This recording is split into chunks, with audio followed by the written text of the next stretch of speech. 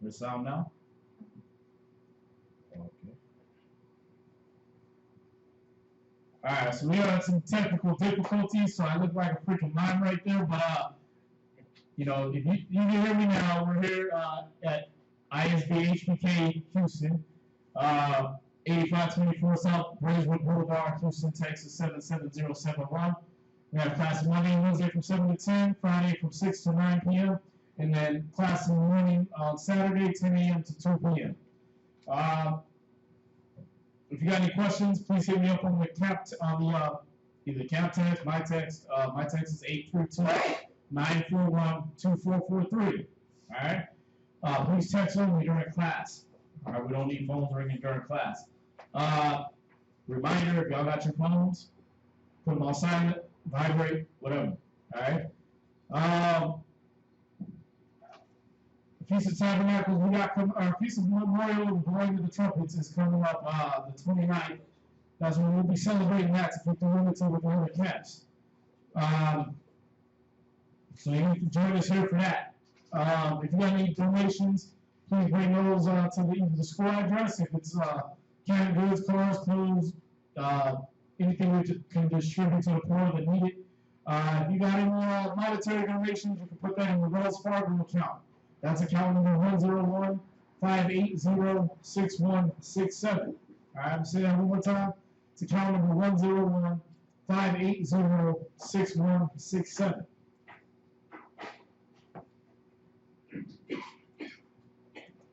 All right, so I'm gonna let that hold for questions. You have any questions here in class on any topic?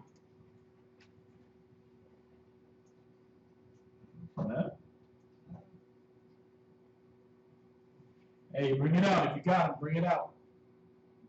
Let's see what we got online.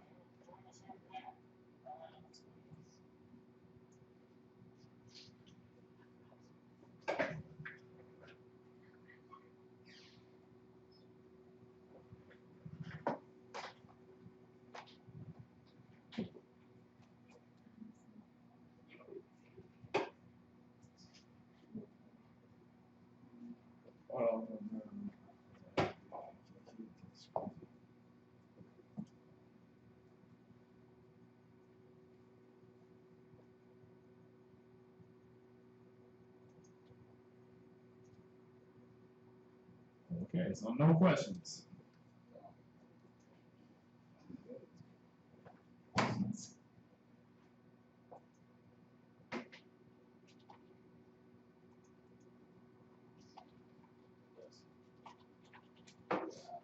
Oh, what's that, sis? Well, it's about the rich man, and the poor man. Yesterday at the service, it was about life meet the rich man, and today at the center, it was about life about being the rich and poor and being rich is not like I say, people the love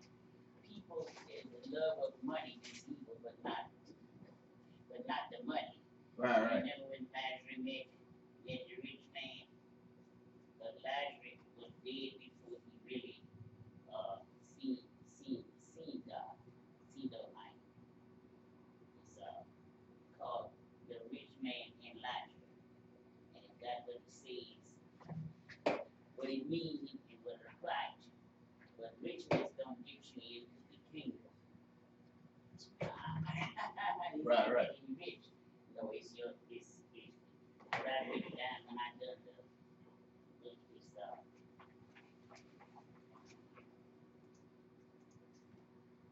I will be blessed without money because money is not where I get my blessing from. It is in the heart. No, I will not change it because of money. It is not just a blessing for God. It is my righteousness, my richness it is in God. But I got what when you got the book of Luke, I got what it says, what it means, and what it applies to. Oh, okay. That the rich man and Lazarus. I never really explained to y'all how we done these books, but you can see the books of the Bible. Yeah. See, a lot of people think money gonna get them into the kingdom. They got to make people want money, money, money. The more money they have, the more money they want. Right, right. It's all about money now. Money, money, money. People kill for it, everything. I think that's the best is the money. You gotta have money. Yeah, that part, but it's not going to get you anywhere.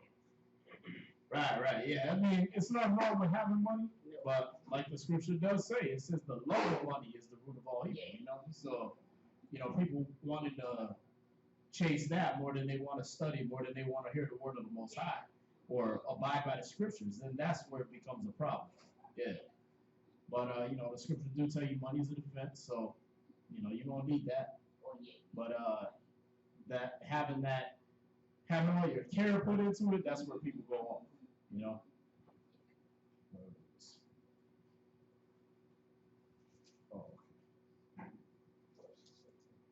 What's that? What's the question? And so it's regarding this is gonna be John chapter 20, verse 17. It's just talking about whenever Mary saw Christ, right? It says St. John 20, verse 17. Come on. Actually, we can go all the way to 17. Yeah, 17. All right. Where you starting at? Verse 17. 2017? Come on.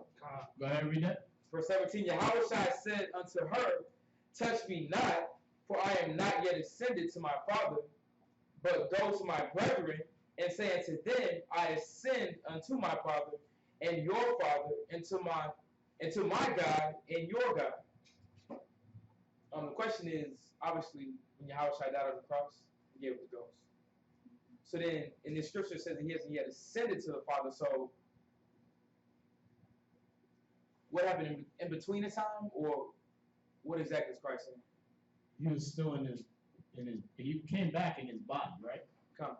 Right, so his body that had the holes in it, and basically just barely got clean. It was a dead body. He just got back in. It was dead 3 days.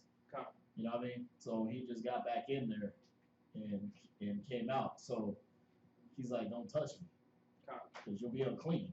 it's a dead body, basically. Come. See that?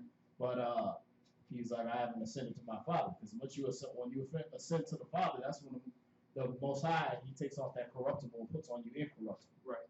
Right? Come. So, because like it says, flesh and blood can't inherit the kingdom of heaven. So that spirit got to go up. Come. You see that? So he's going to shed that. He was going to shed that body. So he's like, don't touch me. I just want to show y'all that I'm here. You know what I mean? But he hadn't yet ascended to his Father. He just came out of the grave. Come. All right. Question. What's that? So can I use about how in second Ezra it talks about how the spirit walks around 7 days? Yeah, you can. For that? Come. I mean, because No, not for that. Well, because when it said he gave up the ghost, so what exactly happened between the ghost, him giving up his spirit, and then being resurrected and walking again? Oh, okay. Like, where'd he go? Come. He went to hell. I thought so. Come. Let's do this. It's in we're in Ephesians. Ephesians chapter 4.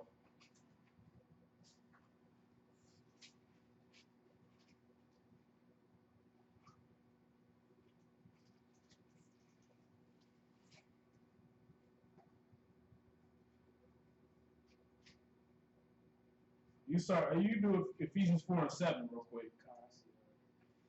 Ephesians chapter 4 and verse 7. You can say comment if you have it. Comment. All right. But unto every one of us is given grace according to the measure of the gift of Christ. Verse 8. Wherefore he said, when he ascended up on high, he led captivity captive and gave gifts unto men. Right. Verse 9. Now that he ascended, what is it but that he also descended first into the lower parts of the earth? Right. See that? So it's showing you that, yeah, he ascended. He went up to heaven. But before he did that, he descended into the lower parts of the earth, into hell. All right. Go ahead. Verse 10. He that descended is the same also that ascended up far above all heavens, that he might fill all the things. Right. See that? So that's what he did. He descended into the lower parts of the earth, and he took certain spirits from down there. And I gotta find that scripture for you too. But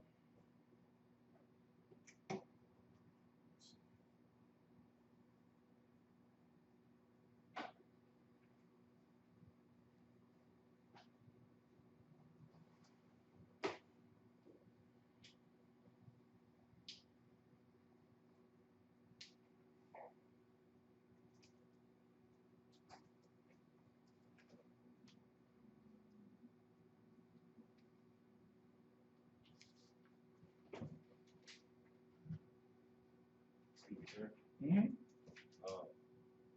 Is it speaking of 1 Peter 3:19? might be that might be what I'm looking for. Let's see. Is that 1 Peter 3:19? Correct. Where he says, by which also he went and preached unto the spirits in prison. Yeah. Let's see. You want to start up from there though.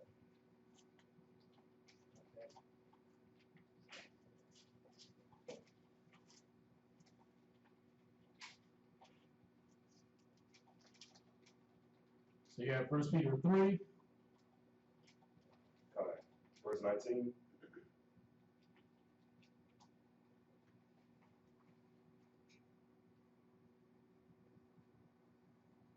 Yeah, you can read 18. 1 Peter chapter 3, verse 18. For Christ also hath once suffered for sins, the just for the unjust, that he might bring us to God, being put to death in the flesh, but quickened by the Spirit, by which also he went and preached unto the spirits in prison. Verse 20. Nah, that's talking about when he actually was here. God.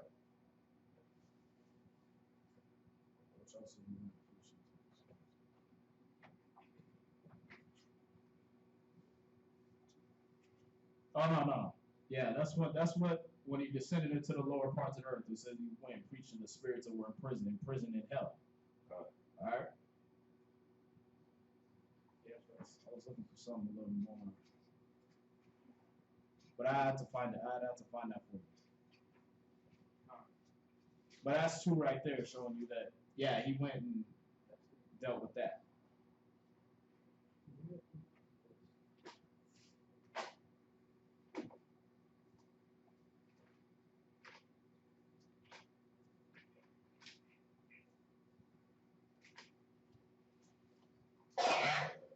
Is there any other questions? So hell was a realm that he went to, and also as a hell on earth. I mean, I guess I'm trying to. Just like there's three types of heaven. You got your condition on earth. You got the heaven, like the sky, and then you got heaven where the Most High and the angels dwell, right? Same thing with the hell, right? You got condition on earth, and then you got the lower parts of the earth, and then you got the spiritual hell. All right.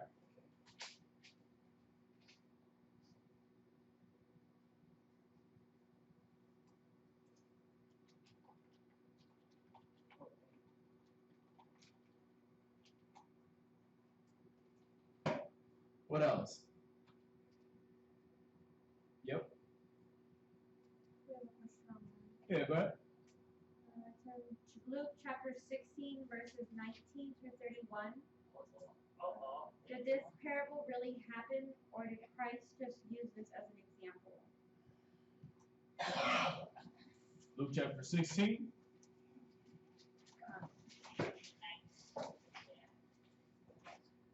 Yeah, it actually happened. It's one of the few parables, even even when you dealing with Esau and they breaking that, their scholars are breaking down the scriptures. One of the few parables where Christ starts out the parable with "there was," instead of We could take any of his other parables, like Matthew 25, right?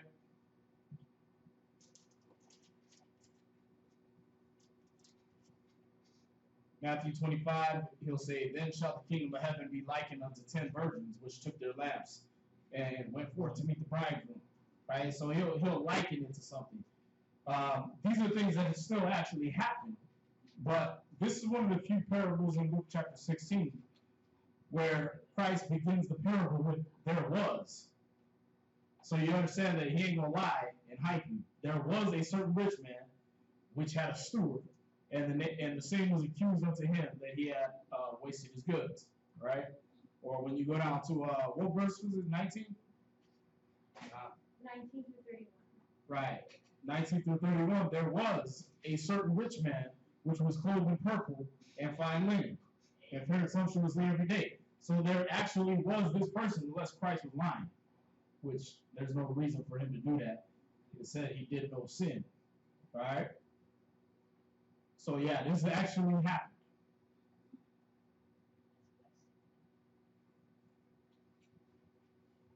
That was it?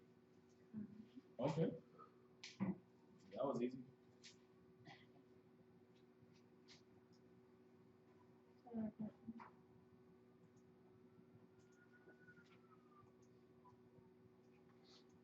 What's the other question? When did the people start keeping the Sabbath? Was Adam the first? Was Adam the first to keep the Sabbath?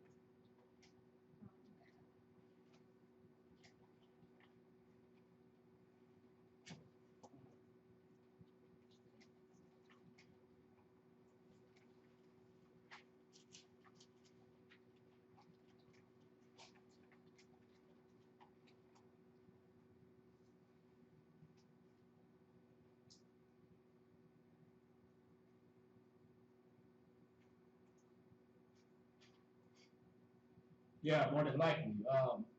You read Genesis chapter 2 to find out that on the seventh day, the Most High rested from all the work he did.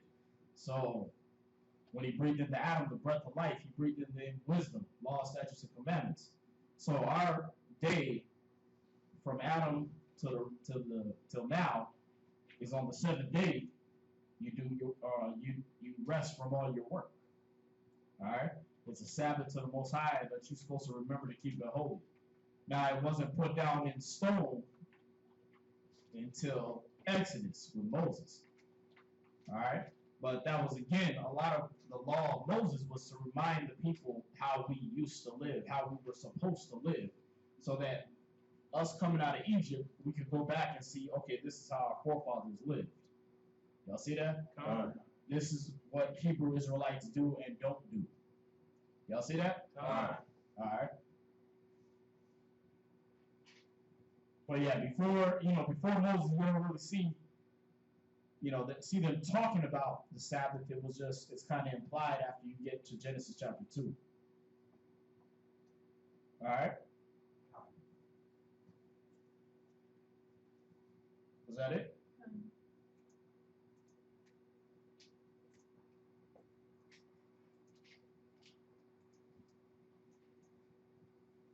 Okay.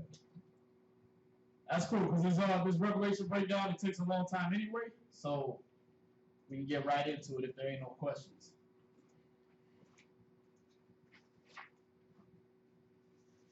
So we left off on Revelation 6, right? And for the past 2 times we've done this, we get to about verse 5 and then we stop. So I'm gonna pick up at verse 5, but who wasn't here for verse 1? All right, we'll start it again. Yeah. All right, so our Revelation chapter 6, verse 1. We've been doing it for a long time. Yeah. That's true.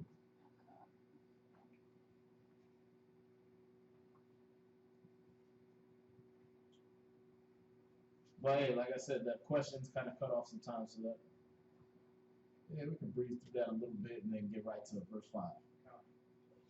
All right, so I want you to read Revelation chapter 6, verse 1. I want y'all to take very good notes. All right. So if you have not been here for the notes, we'll have Zion Allen read since he's been here for the other. And then y'all can take notes.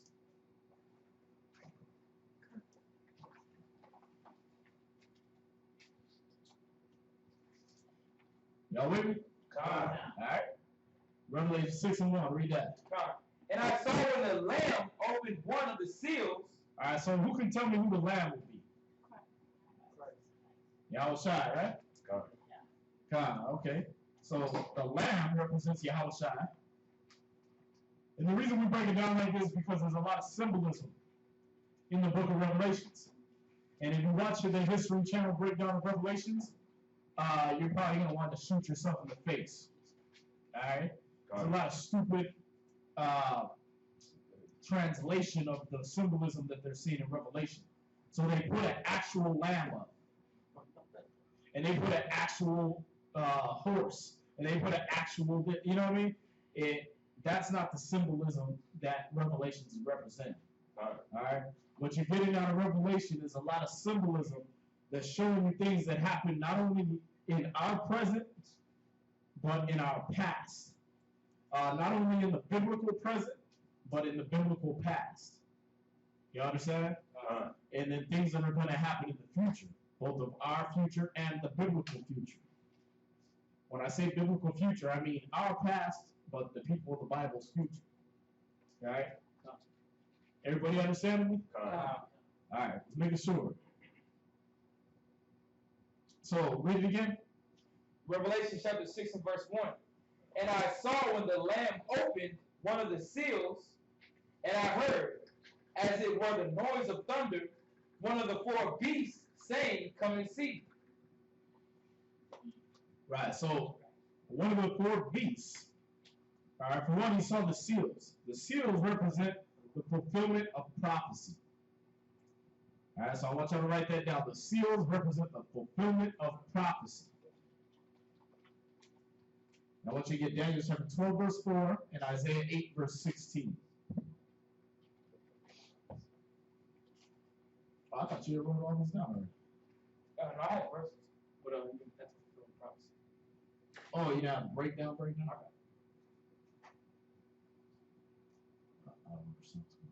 I can't see that. What's that? So the seals represent the fulfillment of a prophecy. Right, and that's what we use. These two scriptures are going to supplement and show you that the seals represent the fulfillment of prophecy. It represents the biblical prophecies being brought to pass. All right, whether through Christ. Well, this right here is by Christ. All right, so Christ in His life fulfilled these prophecies. Some of these prophecies we're going to be reading about in Revelation. All right, give me Daniel's 12 and 4 and Isaiah 8 and 16. Daniel chapter 12 and verse 4. But thou, O Daniel, shut up the words and seal the book, even to the time of the end. See that? So Daniel, way back in the Old Testament, right, was told to shut up the words and seal the book until the end. Y'all see that?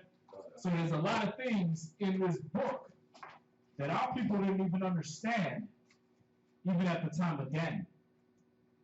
Y'all understand that? That these were sealed up until the time of the end, which is around this time now, where brothers start being able to use the scriptures, the Old and New Testament, putting that together and be able to say, okay, this is what these words mean. Y'all see that?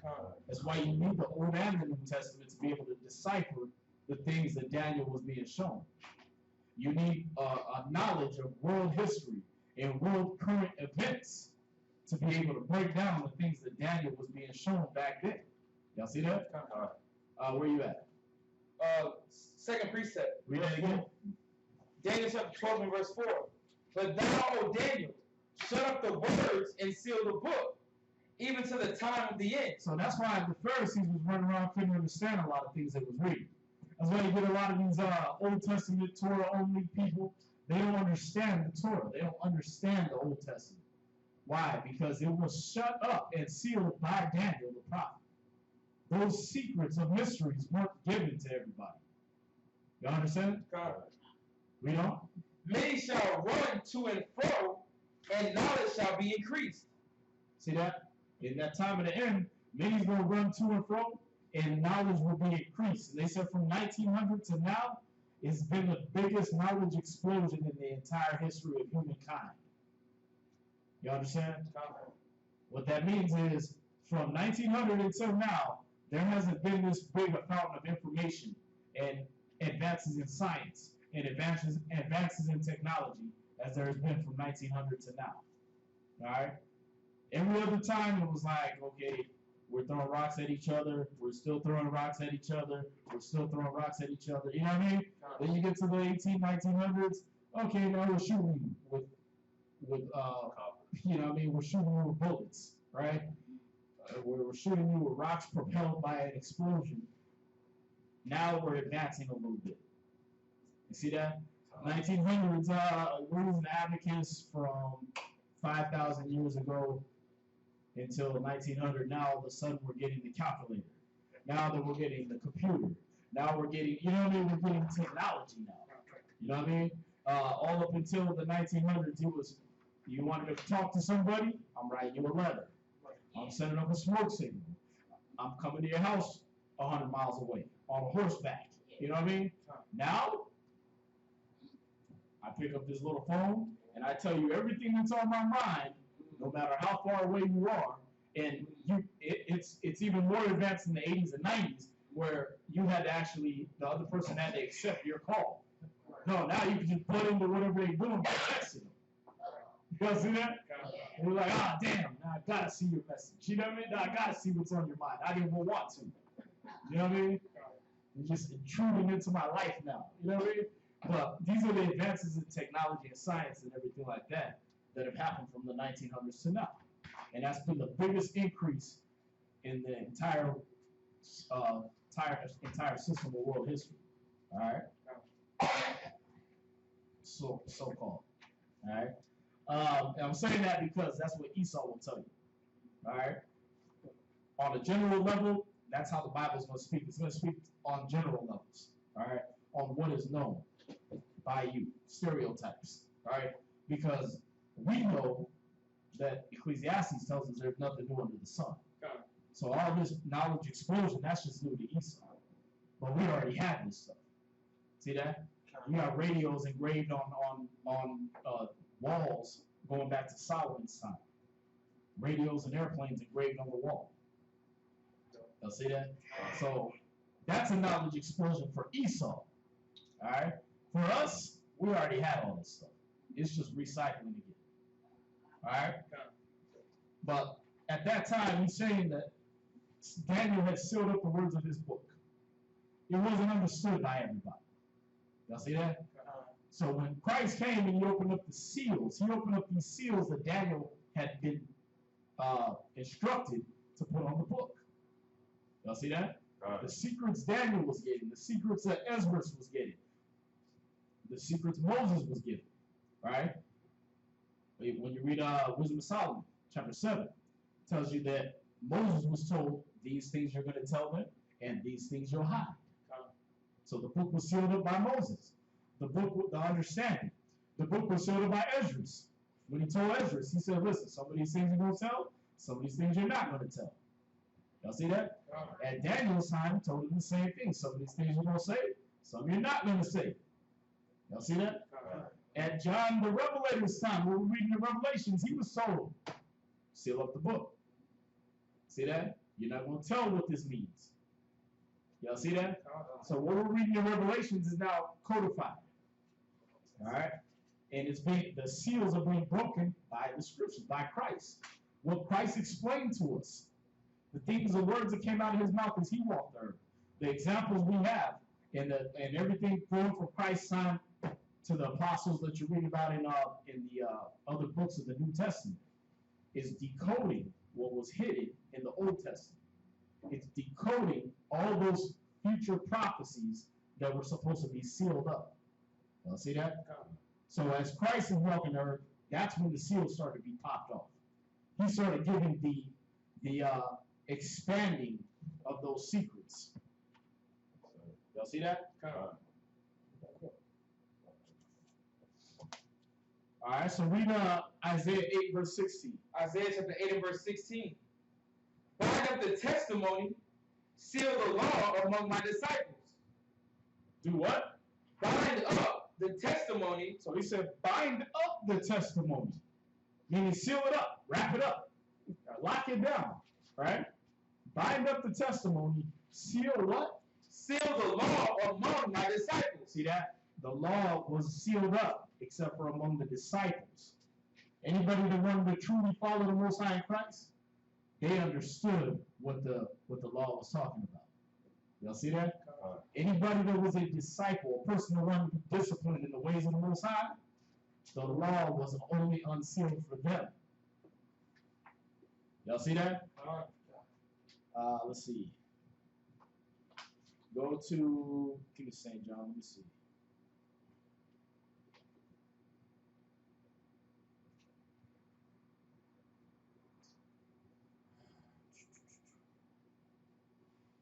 Nah, it's Matthew 13:11. So we're gonna put this with Matthew. You're gonna put Matthew 13:11 in there. Every time we break these down, you get a few more scriptures that's gonna help you understand the words of the revelations. All right. Matthew chapter 13, verse 11. You got it? Read that. Matthew chapter 13, verse 11. He answered and said unto them, because it is given unto you to know the prophecies of the kingdom of heaven. So we read in Isaiah 8:16, seal up the law with my disciples, right? God. So this here is Christ breaking the seal. He's telling the disciples, to them or to you, it's given to know the mysteries of the kingdom of heaven. Read. But to them it is not given. But to them, to the other people that he was speaking to, like Christ said, I spoke openly to the world. He said to them it's not given. They don't get to understand this. Y'all see that? They're not going to get to understand Revelations because to them it's not given. All right. Read that again. Matthew chapter 13, verse 11. He answered and said unto them, because it is given unto you to know the mysteries of the kingdom of heaven, but to them it is not given. Right, but to everybody else, it's not given. Now go to Romans. Romans 11. Romans chapter 11. Wait, no. Is it 7?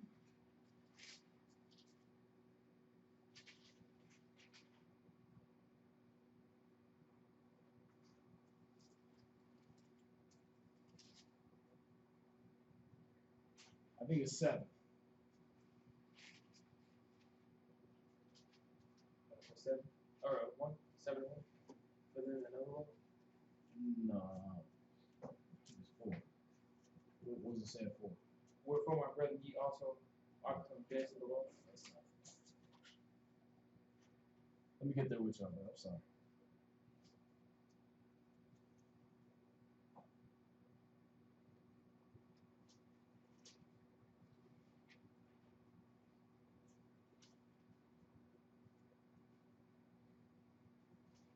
Nah, it was 11. Sorry.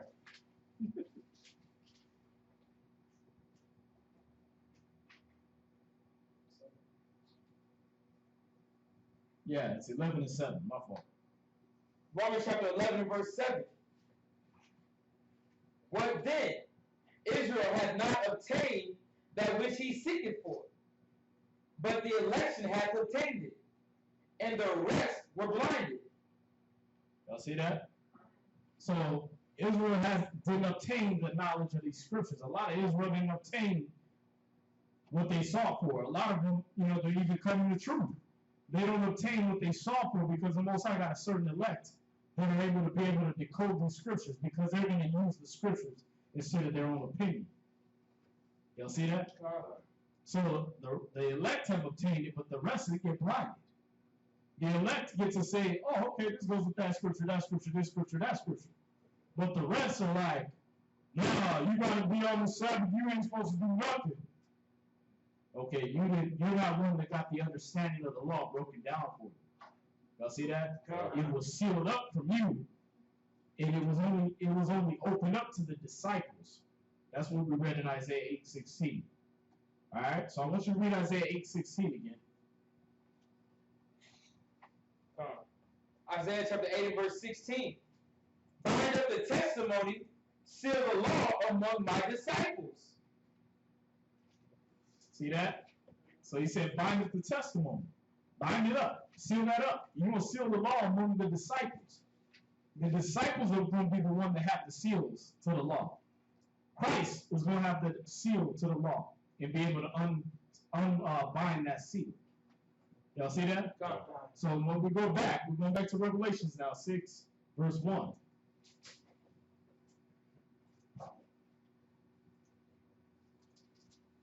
So you got a lot of scripture there. Just in that, y'all see how much is just in that one word, in that one sentence? And now we got to go back and get like 4 scriptures just to show what that means. See, because I can go up there and say it. We could have blew through Revelation 6, man. I could have just said it. I could have been like, yeah, the Lamb is Christ. The seals are the knowledge sealed up. Was sealed up in the past. The beast is represented one of the archangels. I can just say it, rattle it off to you. But then what you gonna tell somebody when they say, well, how you know that? You know, see that? I was watching the History Channel. It was the actual sheep. Okay, but that ain't true. Okay, well, prove it. How you gonna prove it to them? I'm gonna hit the scriptures now. See that? I'm gonna do Psalms 119 and 9. Through the precepts, I get understanding. I think I'm quoting the wrong one. Yeah, that's wherewithal shall young man cleanse his way. I forgot the other one. But through the precepts, you get understanding. Y'all see that? That's how we're gonna decode things for people when they ask. What's that? I was gonna say it sounds just like that too. Yeah. Like when they tell you something like that. Yeah. It doesn't sound exactly like that. I've been there, did it. All right. Where you at? This is Revelation chapter 6 and verse 2. Actually, no, verse 1, second precept. Right. So read it again from the top. Revelation chapter 6 and verse 1. And I saw when the Lamb opened one of the seals, and I heard, as it were the noise of thunder. So we're at Revelation 6 and 1, and the Lamb, who's speaking of Christ, he did what? Opened one of the seals. Opened one of the seals. All right. So he went ahead and gave the secrets, the mysteries, to the disciples. Y'all see that? When Christ came, he started breaking open the mysteries. The law was sealed. See how the Pharisees don't get it? How they're all blinded? They talk about we picking ears of corn on the Sabbath. Watch me break open one of the seals of the law for you. Is it lawful to do good on the Sabbath? Y'all see that? Don't you know how David ate the showbread, which was not lawful for him to eat? Oh, whoa. I didn't understand that. See that? Christ was breaking open the seal that the law was sealed with. Y'all see that? He was giving the understanding. Oh, yeah, you caught this woman in adultery? Okay, well, he who was without sin cast the first stone. Whoa. So it's not just if they sin, kill them. No. If they sin, forgive them. Whoa. Y'all see that? Where you at? Second precept. Revelation chapter 6 and verse 1. Second precept. And I heard, as it were the noise of thunder, one of the 4 beasts saying, come and see. Right, so the 4 beasts represent the 4 archangels. Alright? So this is not the beast like the Antichrist beast. This is a creature, one of the 4 living creatures. Alright? Even when you translate that word beast in the into the Greek, it's going to tell you a living creature. Alright? So at this point, we're not talking about the Antichrist. So that's clear for everybody. One of the 4 beasts is talking about one of the 4 archangels. You got Michael, You already got the list of the archangels before archangels? Michael, Uriel, Raphael, Gabriel. What's that, sis? I was just gonna say yes. Oh, okay, all right. You have it? Oh, no, I was gonna say, yeah, I have Michael now. Oh, okay. So Michael, Uriel, Gabriel, and Raphael. I actually was here for this breakdown. When he was telling us what they mean, like Gabriel, Michael, Uriel, and Raphael, I know you said Gabriel means warrior. What did Michael mean again? Maya Ka'ala. It means he who is like God.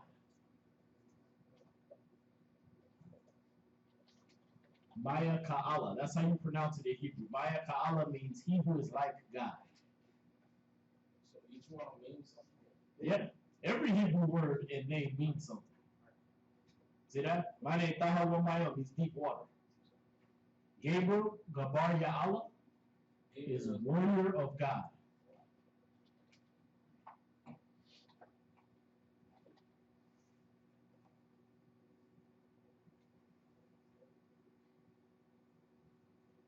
Michael, Maya Ka'ala, Maya Ka'ala. It means he who is like God.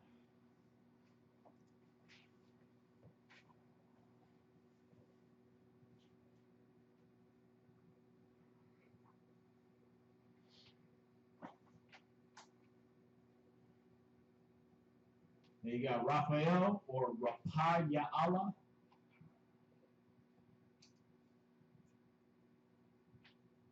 Which is healer of God.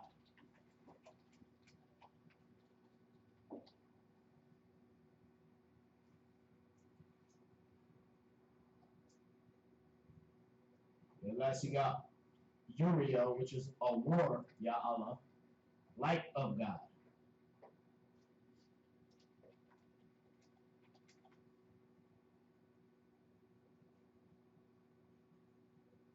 Give you a kind of understanding. Abraham came out of the land of Ur. You are a war, light. Y'all see that? So I'll give you kind of a reference right there. Little introductory Hebrew. All right, so he said one of the four beasts was saying what? Come and see. So one of the angels is telling John the Revelator, because John the Revelator at this point has been taken up into the fourth dimension, into the spirit realm. All right, that third heaven that we were talking about. All right, he's being taken there where he can see the spirit, see the things that normal men don't get to see. All right. So the angel's telling him, come and see, come look at this. All right, go ahead. Verse 2. And I saw, and behold, a white horse. All right, so he saw a white horse. All right. Now, first, the white represents righteousness. All right, so when you read Revelation 19 and 8, you get to see that whiteness represents righteousness. So read that, Revelation 19 and 8. Revelation chapter 19, verse 8. And to her was granted that she should be arrayed in fine linen, clean and white, for the fine linen is the righteousness of saints. See that? So that it was clean and white. It represented the righteousness of the saints. See that? Give me Baruch chapter 5 and verse 2.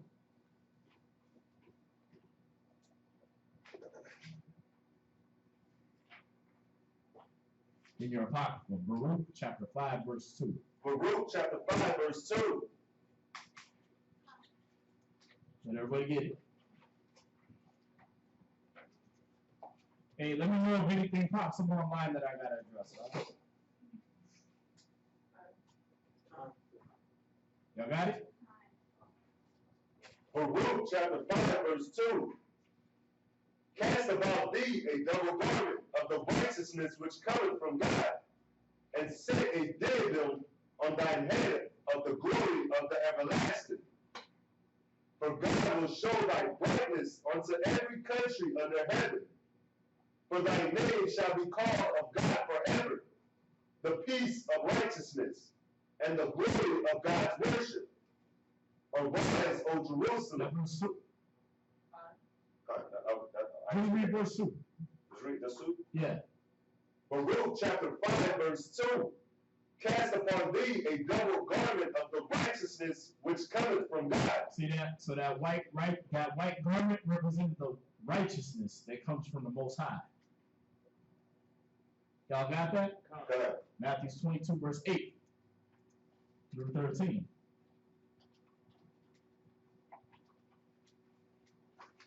Matthew chapter 22 and verse 8.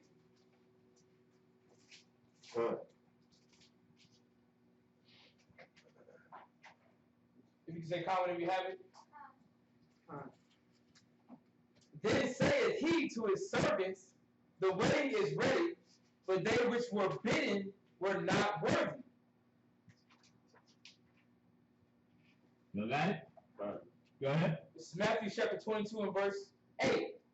You're going to read through 13. Come, verse 9.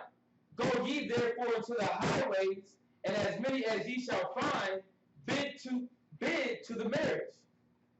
Verse 10. So those servants went out into the highways and gathered together all as many as they found, both bad and good. And the wedding was furnished with guests. And when the king came in to see the guests, he saw there a man which had not on a wedding garment. Verse 12. And he said unto him, Friend, how camest thou in hither, not having a wedding garment? And he was speechless. Verse 13. Then said the king to the servants, Bind him hand and foot, and take him away, and cast him out, or cast him into outer darkness. There shall be weeping and gnashing of teeth. Gnashing of teeth. Y'all see that? So what he's showing you is that those garments, that clean and white, that white horse that came up, this is representing righteousness. All right? So it's not an actual white horse. All right? An animal. It's a seat of righteousness. All right? So this righteousness in the horse doesn't represent just a horse. The horse represents authority, a seat of authority. All right, so we're dealing with, instead of white horse, we're dealing with a righteous seat of authority. All right, so the person that was sitting in the righteous seat of authority, prove that Ecclesiastes in the Bible 10 verse 7. Come. And somebody else get Proverbs 10 and 9. Or, I'm sorry, Proverbs 19 and 10. Come. Ecclesiastes chapter 10 verse 7. and verse 7. I have seen servants upon horses, and princes walking as servants upon the earth. See that? So when he's showing you this backward view of what's going on in the world, is everything's backwards. It's not the way it's supposed to be. You got princes walking on the ground, right? Us, the so-called Negro, the so-called Mexican, we walk around in the dirt, while the servants, the ones that were meant to serve us, right? The elder shall serve the younger. Esau, they're rolling around in authority. Y'all see that? They on horseback now. Y'all see that? So this is to show you that horse represented a seat of authority. Let me Proverbs 19 and 10. Proverbs chapter 19, verse 10. The light is not seemly for a fool, much less for a servant to have rule over princes. See that? And so what that vision in Ecclesiastes is a backwards view. He's saying that, listen, it's not good for servants to have rule over princes. It was not good that the servant was on horseback. It's not good that the prince was walking on the earth. Y'all see that? So he's showing you that's backwards. So when we get to Revelations, we're finding out that horseback, it represented a good seat of authority. It represented, for these horses that you're going to read about, these represented different seats of authority, different high standings. Like people say, get off your high horse, right? That's what they're talking about. Y'all got that? What's that? There's a scripture, man. I think it's in Proverbs where he's saying 3 things that I hate. And he said that it was saying something like, I think she might be right. It's in Ecclesiastes or Proverbs where it was saying that, 60. huh? 16 to 8. I think so. What was it saying? It was saying something like a servant that is now has authority, something like that, like a servant that now has authority, and like a righteous man or a man with wisdom that's like. It's not said by. Yeah. I gotta remember, but I know what you're talking about. It was ready yesterday. Yeah. Yeah. But and there's a lot of scriptures to show that. So what we're doing is we're just showing you that this white horse, it represented the white represented righteousness, the horse represented a seat of authority. All right? Got it? Got it. All right, let's go back to Revelation. Chapter 6, verse 2.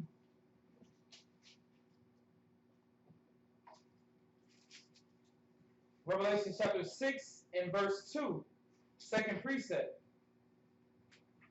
And he that sat on him had a bow, and a crown was given unto him. And he went forth conquering and to conquer. All right, so there's a lot of symbolism going on right here, all right? It said there appeared to heaven a white horse, and he that sat upon him was called Faithful and True. So who's that sitting upon him? That's Christ. All right? That's Christ sitting in this righteous seat of authority. All right, give me Revelation 19, verse 11. But he said, he that sat upon him was called Faithful and True, and he had what? And he had a bow. So he had a bow. That bow represents warfare. He was going to make war. He wasn't coming with peace. Y'all understand? He said he had a bow because he was not coming for peace. Go ahead. And a crown was given unto him. And he went forth conquering and to conquer. See that? So Christ was given this crown. He was given this elevated level and and position. All right? Read that, and then we'll show how that crown represented an elevated level of position. Revelation chapter 19, verse 11. And I saw heaven open, and behold, a white horse, and he that sat upon him was called Faithful and True. And in righteousness he doth judge and make war. So this is another parallel showing you that this is Christ, that he's coming to make war. That bow is not a rainbow. It's a bow, like a bow and arrow. You understand? That he's coming to make war. Y'all see that? Read on. Verse 12. His eyes were as a flame of fire, and on his head were many crowns. And he had a name written that no man knew, but he himself. And he was clothed with a vesture dipped in blood. And his name is called the Word of God. Right, see that? So his name is called what? The Word of God. Right, so this is Christ. He's the Word of God, right? According to St. John chapter 1, he's the Word of God. All right? So that's who's sitting on this righteous seat of authority that we're reading about in Revelation chapter 6 and verse 2.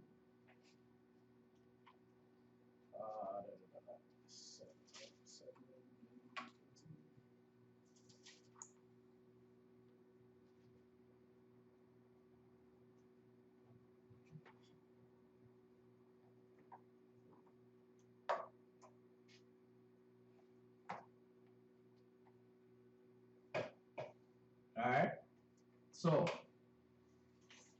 let's go back to verse 2 again. Wait, you finished verse 13? Where you at? Yes, sir. Revelation 19, verse 11 through 13. Cool. Yes, sir.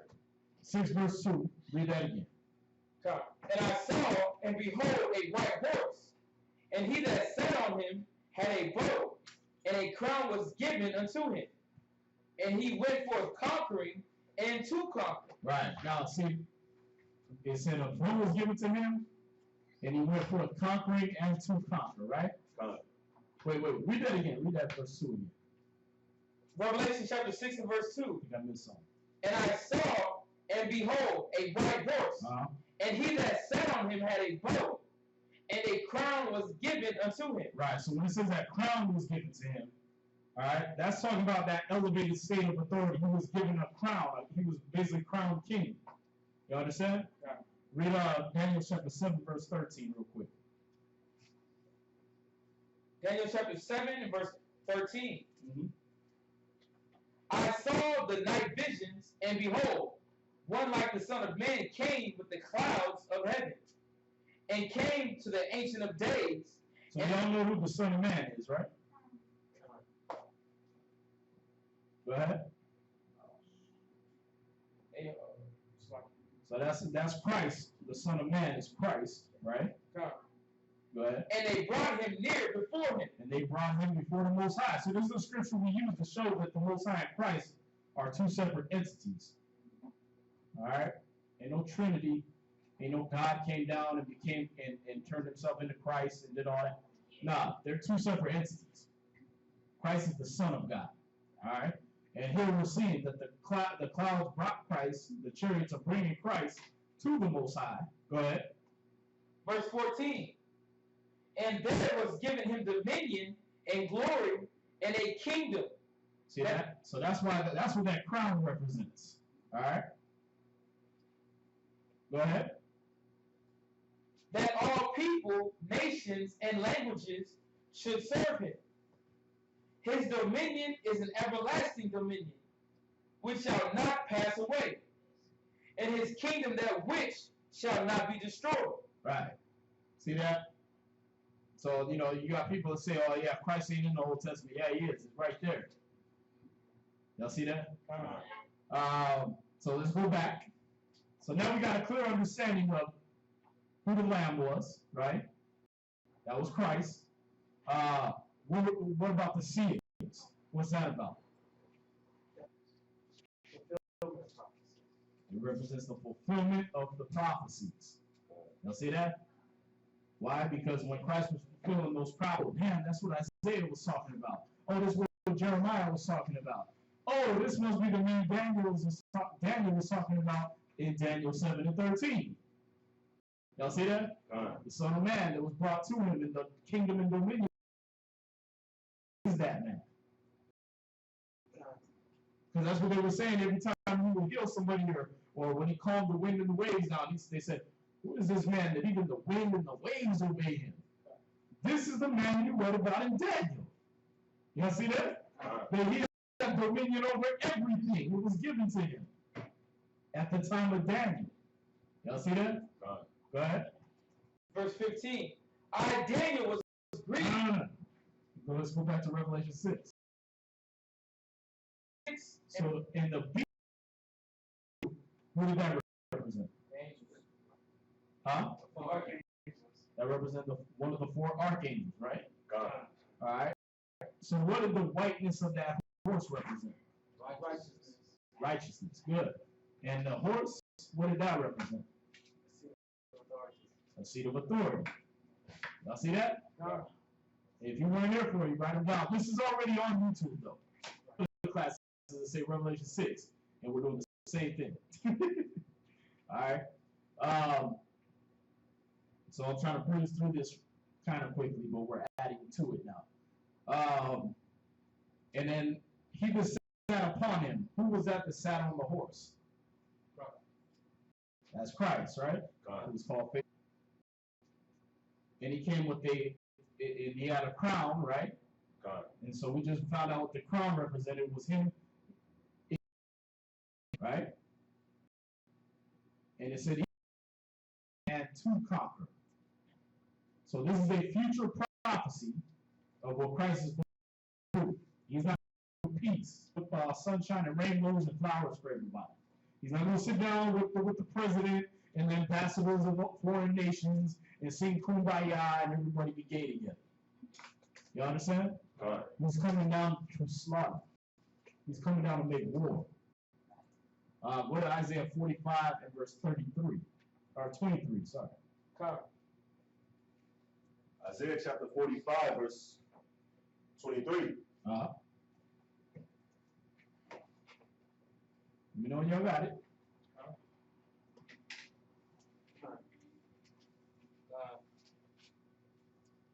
God. Isaiah chapter 45, verse 23. I have sworn by myself, the word is gone out of my mouth in righteousness. So he said, I sworn by myself. The Most High can't swear by nobody. whenever you make a promise or oath, you usually swear by something greater than yourself, right?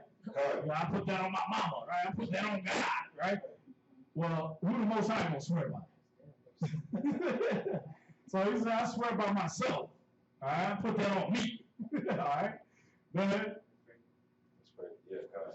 And shall not return, that unto me every knee shall bow. So he swore that every knee is going to bow. Go ahead. Every tongue shall swear. And every tongue is going to confess. They're going to swear. Go ahead. Surely shall one say, in the Lord have I righteousness and strength.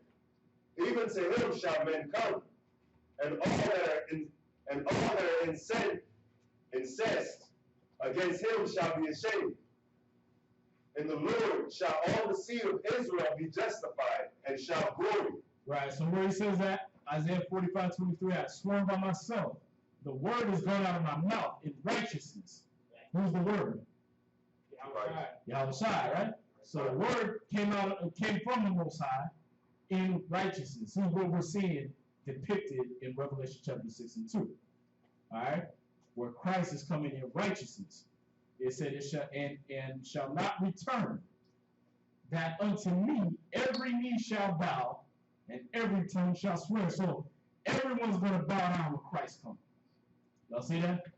Because he's going to come in that warrior depiction. All right, he's going to come in that warrior state. He ain't going to come in a peaceful state. All right. Go to Romans 19 verse 11.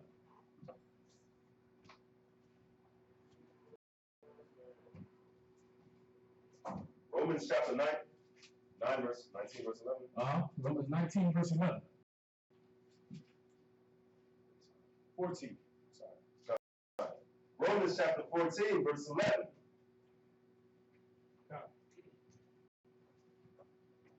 Can I get a column, please? Yeah, when y'all got it, just say calm. That way we all know where we're at. Romans chapter 14 verse 11. For it is written, as I live, saith the Lord, every knee shall bow to me, and every tongue shall confess to God. So then every one of us shall give account of himself to God. That's it? Verse 11? God. Right. So every knee is going to bow. All right. Once again, showing you that that's how much authority has been given to Christ. When he comes, everyone's going to bow. All right. So that's what that crown, and where it says conquering and to conquer, when he comes down, he's going to basically put everyone in subjection. All right. Everyone's going to bow. Even the president of the most powerful nation on the planet, he will be on his knees. All right. Give me Philippians 2:10. Philippians chapter 2 and verse 10.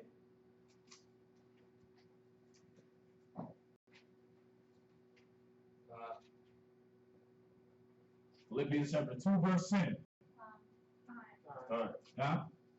Go ahead. Philippians chapter 2 and verse 10. That at the name of Yahushua, every knee should bow. See that? They're going to bow at his name. Go ahead. Of things in heaven and things in earth and things under the earth. There you go. Y'all see that? Everything's going to bow to Yahushua.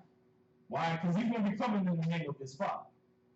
All right, so when you're doing that, you're basically bowing to the Most High. All right, you're just bowing to the representative. Just like America, they don't send the president over there to make peace with some country. They send his ambassador over there, right? And then that ambassador makes peace with that man, and then that's him making peace with that president. Y'all see that? Because what kind of king got to go run everywhere and do everything? Y'all see that? Where you at? Revelation chapter 6. I got to throw stuff like that in there because you got people that'll be like, oh, well, the Bible says everybody got to bow to the Most High, and him only shall you serve. And okay. Try to understand something, all right? Because when he was sending his angels down, everybody bowed to the angel. When he sent his angels down and they conquered everything, everybody had to give in to the will of that angel, like the Egyptians, right? The Most High himself didn't come around and put Egypt in that death and all the plagues. He sent angels to do that. Y'all see that? And they broke to them angels, which is doing that. break into the Most High. Y'all see that? So, you know, like I said, you got a lot of these Facebook educated idiots out there that think they understand the law, but the law is sealed to them. So when they see that, oh yeah, thou shalt have no other gods before me, that's it. That means there ain't nobody else up there but the Most High. But then who's all the angels he talking about? Y'all see that? Who's this Son of Man, the one like the Son of Man that he gives this authority and dominion to? Y'all see that? Oh, there ain't no other Savior but the Most High. True. He's the one that sent the Saviors to you. Y'all see that? So he's the one that saves you by sending those people. See that?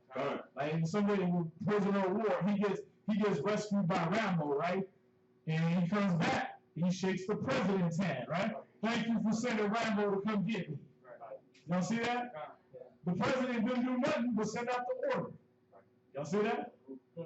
But he shakes the president's hand. Why? Because he's the one that gets the credit for it. Y'all see that? Well, the Most High always sent saviors.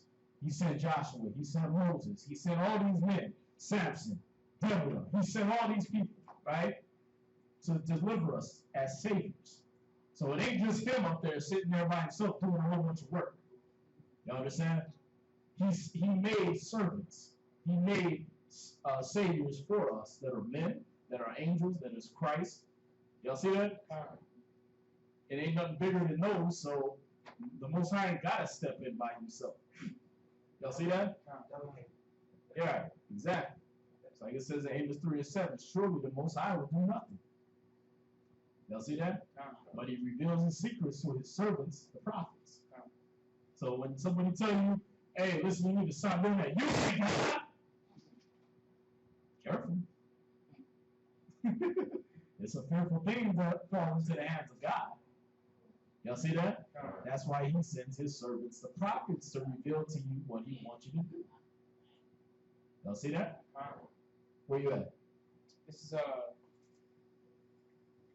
Philippians chapter 10 and verse 11. 2 verse 10. Philippians chapter 2 and verse 10. That at the name of Yahweh Shai, every knee should bow, of things in heaven, and the things in earth, and the things under the earth. Right. Oh, were you about to add that? Or no, I was keep continuing. Oh, okay. All right. Now that's it. See that? So what are we seeing when it said he came conquering and to conquer?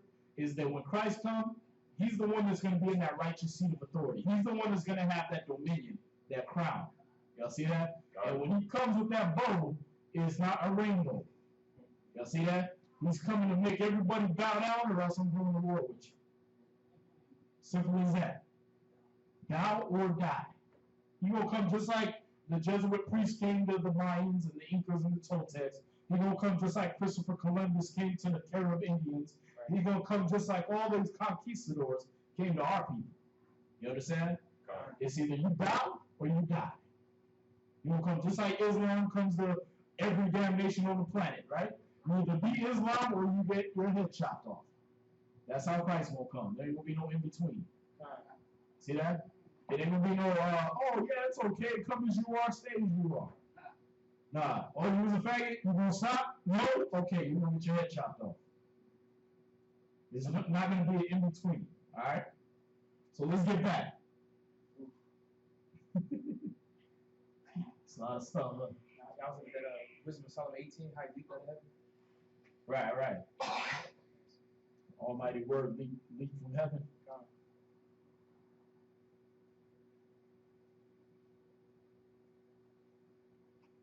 All right, so that where it says conquering and to conquer is talking about a future prophecy where Christ is going to conquer all the nations on the earth. All right. So now we're going to get into verse 3. All right, see these horses, they used to scare people, man. You know what I mean? They put up in movies, you know what I mean? And you see some horse pop up and then all these people start dying. You know what I mean? They play the spooky music. You know what I mean? The old Scooby-Doo music, they play that and the horse pop out, and then next thing you know, everybody start dying or they get plagues. Right? Just because you've seen this horse come out the woods somewhere. Right? No, these are actual representations of things that are in the heavens. Y'all understand? These are representations of people and events that actually have taken place or will take place. You understand? Go ahead. Verse 3. Uh, And when he had opened the second seal, I heard the second beast say, Come and see. So when you open the second fulfillment of prophecy, all right, these were all prophecies that were spoken of by Daniel, by Ezra, by all the prophets, right? And when they were saying it, people didn't understand it. They were, what the hell are you talking about, Ezra? You know what I mean? That don't even make sense, but I can't tell you right now. That's only for the elect. Like Christ said, he that has an ear, let him hear. Y'all see that? So these prophecies, a lot of Israel didn't understand what the hell these prophets were talking about. Y'all see that? And now you're getting to understand. It's a pretty big gift, huh? Man, some of the things y'all getting exposed to, it says the angels desire to look into. Y'all understand? That many prophets and apostles died not ever knowing what y'all learning now. Y'all see that? Where you at? Verse 4. You read 3? Read 3 again. Verse 3. And when he had opened the second seal, I heard the second beast say, Come and see. Right, so this other fulfillment of prophecy is about to come to pass. So he say, hey, come here, John, come look at this. All right, read. Verse 4. And there went out another horse that was red. So we got another, what does the horse represent? Huh? What did the horse represent? Seat of authority, right? Okay, so now we got a red horse. All right. So the white horse was Christ. Who the hell is the red horse? Huh? Esau. There you go. All right, the so-called white man. The red horse is Esau coming into power as the Greek Empire. All right. This is a period in history where Esau came into power, represented by the Greek Empire, because Esau had many tribes. When you go to Genesis chapter 36, all right, he had 12 tribes also. So the people be like, the Germans ain't Esau, yeah, they are. They just wanted his other tribes.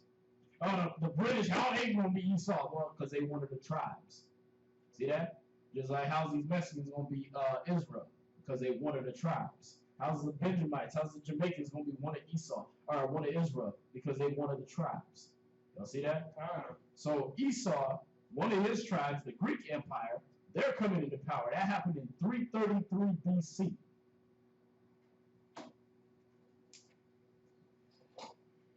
So the Greek Empire rose to power in 333 BC.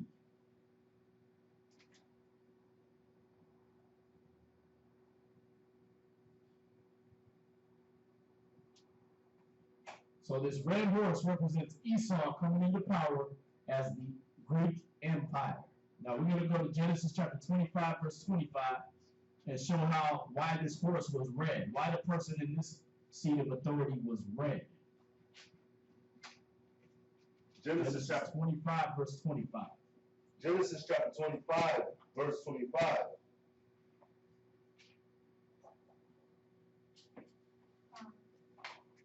God? Genesis chapter 25, verse 25. And the first came out red, all over like an hairy garment. And they called his name Esau. They called his name what? Esau. This guy that came out red, they called his name Esau. All right? All right. Now, when you go into the history of the world, is that book back there where it says, who is Esau, Edom? Kazak might have took it. Yeah, if you don't see it back there, Kazak might have took it. But in that book, it basically quotes out of what you're reading in Josephus, and we're gonna go there too, where you find out about Hyrcanus, John Hyrcanus, and he came and he basically converted. He was an Israelite that converted Esau into Israelites. He converted them to the Jewish religion by force. You understand? He came and he converted them. So this actually happened.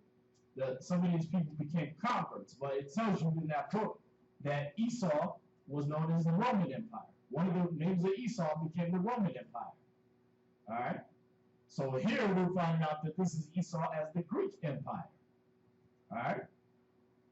So in Genesis 25 and verse 25, we find out, yeah, there was a certain race of people on the earth that was known as red people. All right. The one that came out red and hairy all over, the so-called white man. All right. So this red horse is the so-called white man getting into his seat of authority. I want you to go to 1 Maccabees chapter 1 and verse 1. 1 Maccabees chapter 1, verse 1.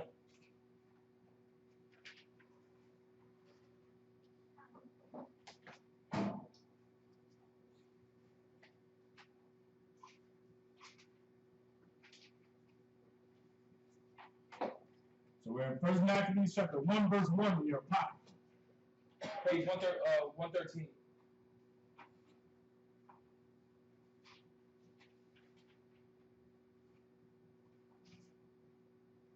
Y'all got it? And it happened after that Alexander, son of Philip, the Macedonian, who came out of the land of Shittim, had smitten Darius, king of the Persians and Medes. So these are all historical names. You can Google, you can go to the library, you can look up, you can find books on them. You had Darius, that was king of the Persians and Mede empires. All right? And then you have Philip the Macedonian. Philip the Macedonian whooped Darius, Darius, the king of the Persians and Medes. He whooped him and took his empire. All right? We were in captivity to the Persians and Medes. You understand? We were in captivity to them until this point. Go ahead. That he reigned in his stead the first over Greece. See that? So Philip the Macedonian reigned the first over Greece. He was the first one to reign over the so-called white man's empire of Greece. Y'all see that? This is Philip the Macedonian. All right, so this is a thing that happened in history. It's prophecy being fulfilled. Y'all see that? This is one of the seals being broken open to you. Though, okay, who's this red horse? This right here. This is the story. All right. So the red man coming into power as the Greeks, taking over the Persian and Mede Empire. Was that Alexander? But read again. Verse 1. And it happened after that Alexander, son of Philip the Macedonian, who came out of the land of Shittim, had smitten Darius, the king of Persians and Medes. There you go. So Alexander is the son of Philip of Macedonia. All right? And he ruled as the first over Greece. All right, of what is known as the Greek Empire. And Alexander was called Alexander the Great because he conquered the entire known world. The entire known world. He conquered them in 12 years. So within 12 years, he basically ruled the whole Eastern Hemisphere. All right? And he was trying to push off into Asia and take over the Mongolian Empire, the Chinese, and everybody else. But he stopped in India because he was busy having sex with his horse on the low, and he caught a disease called syphilis from his horse named Drusilla. All right? Yeah. How do you go down like that, man?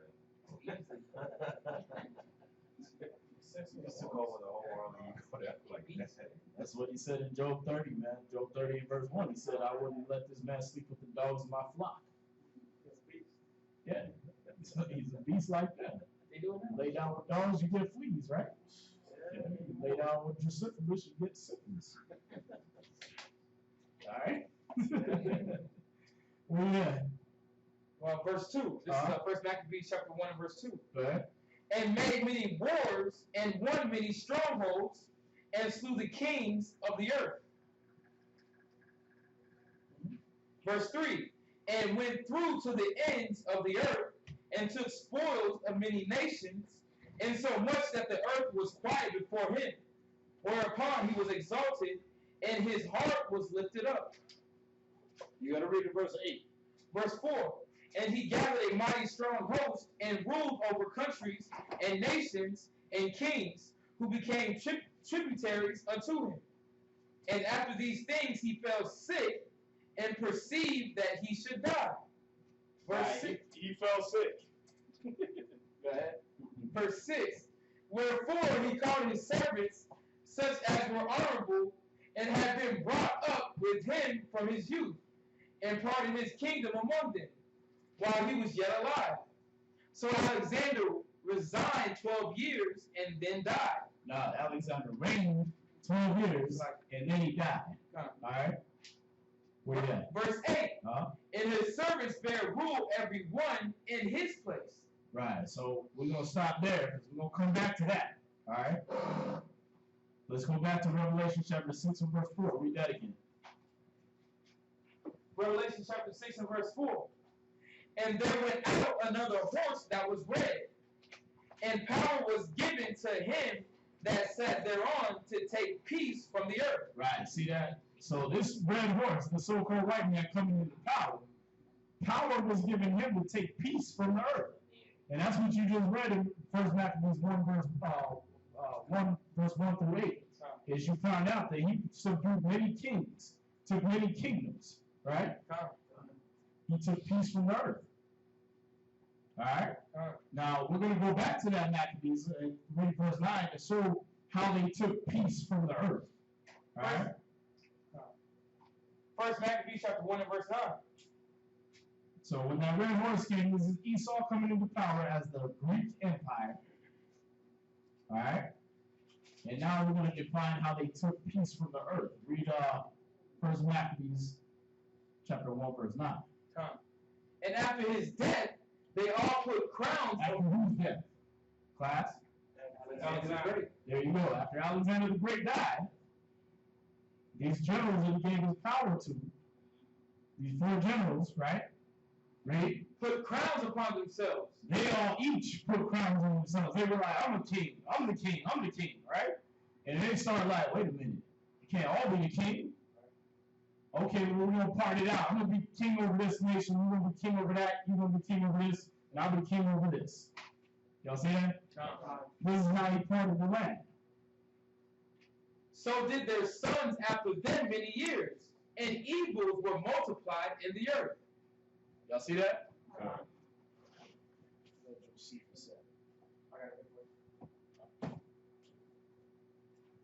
You got it too? Yeah, I got one copy.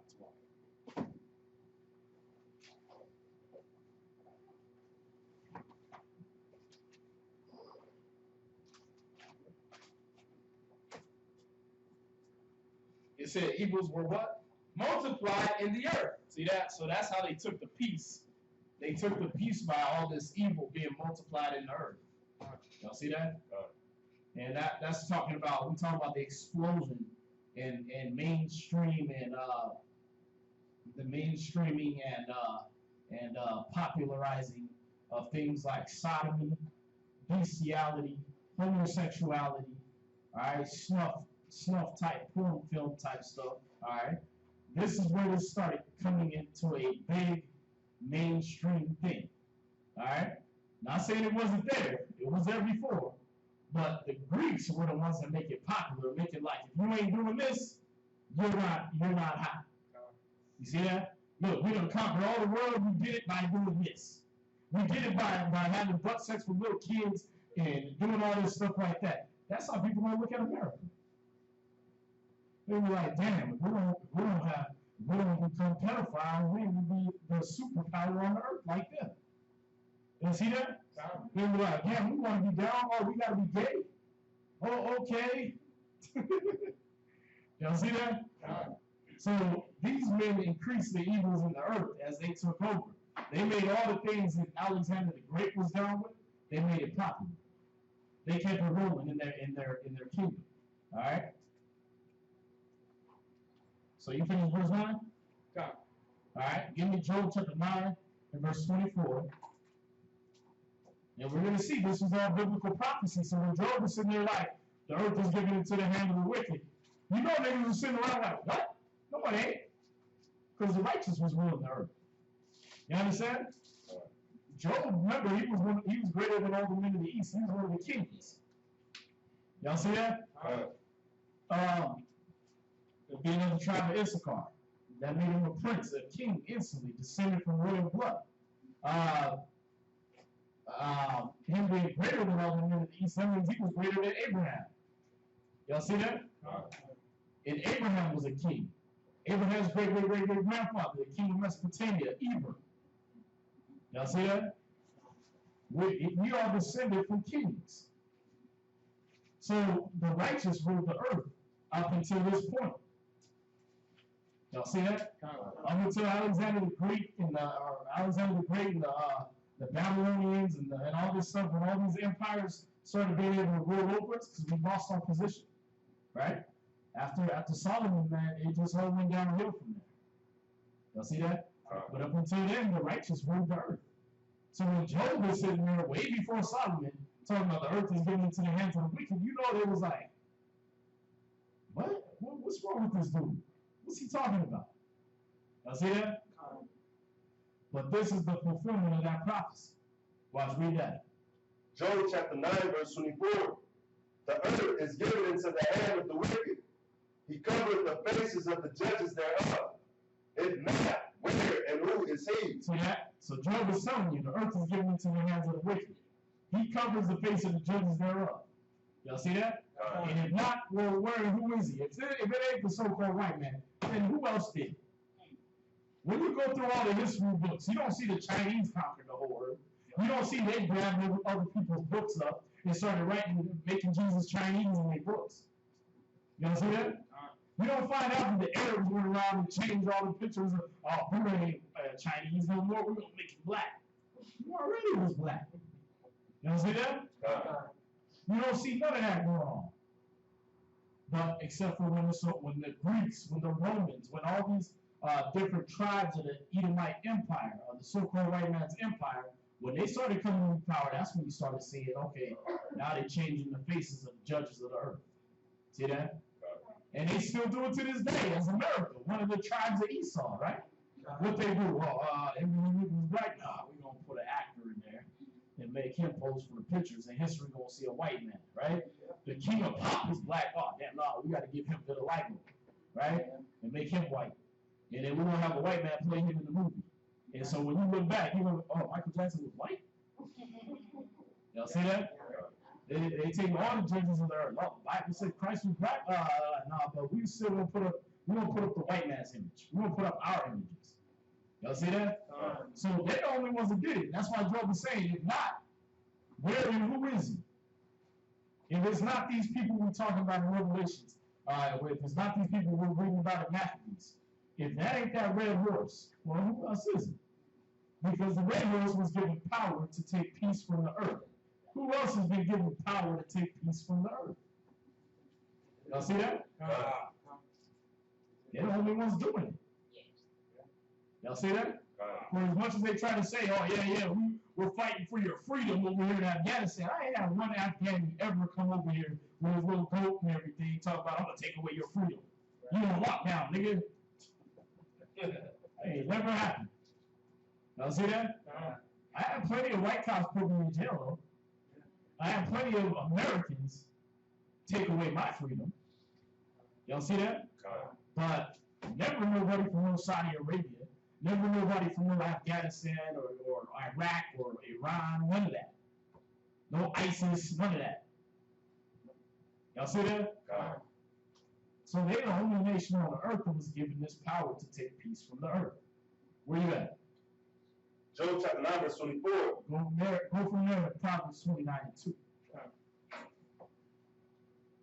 Proverbs chapter 29, verse 2.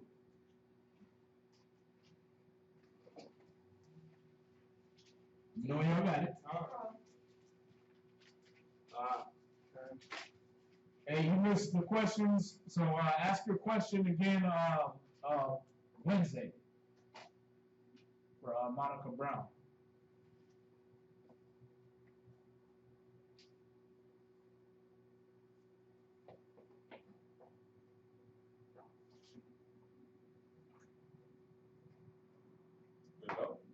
Yeah, I mean, I can make the answer real simple. It said, how do you play with witch music? You don't. You leave it alone. It's real simple. All right. Yeah, we don't do it. You shouldn't do it. Nobody about the Bible messing with anything that got to do with witches. All right, so leave that alone.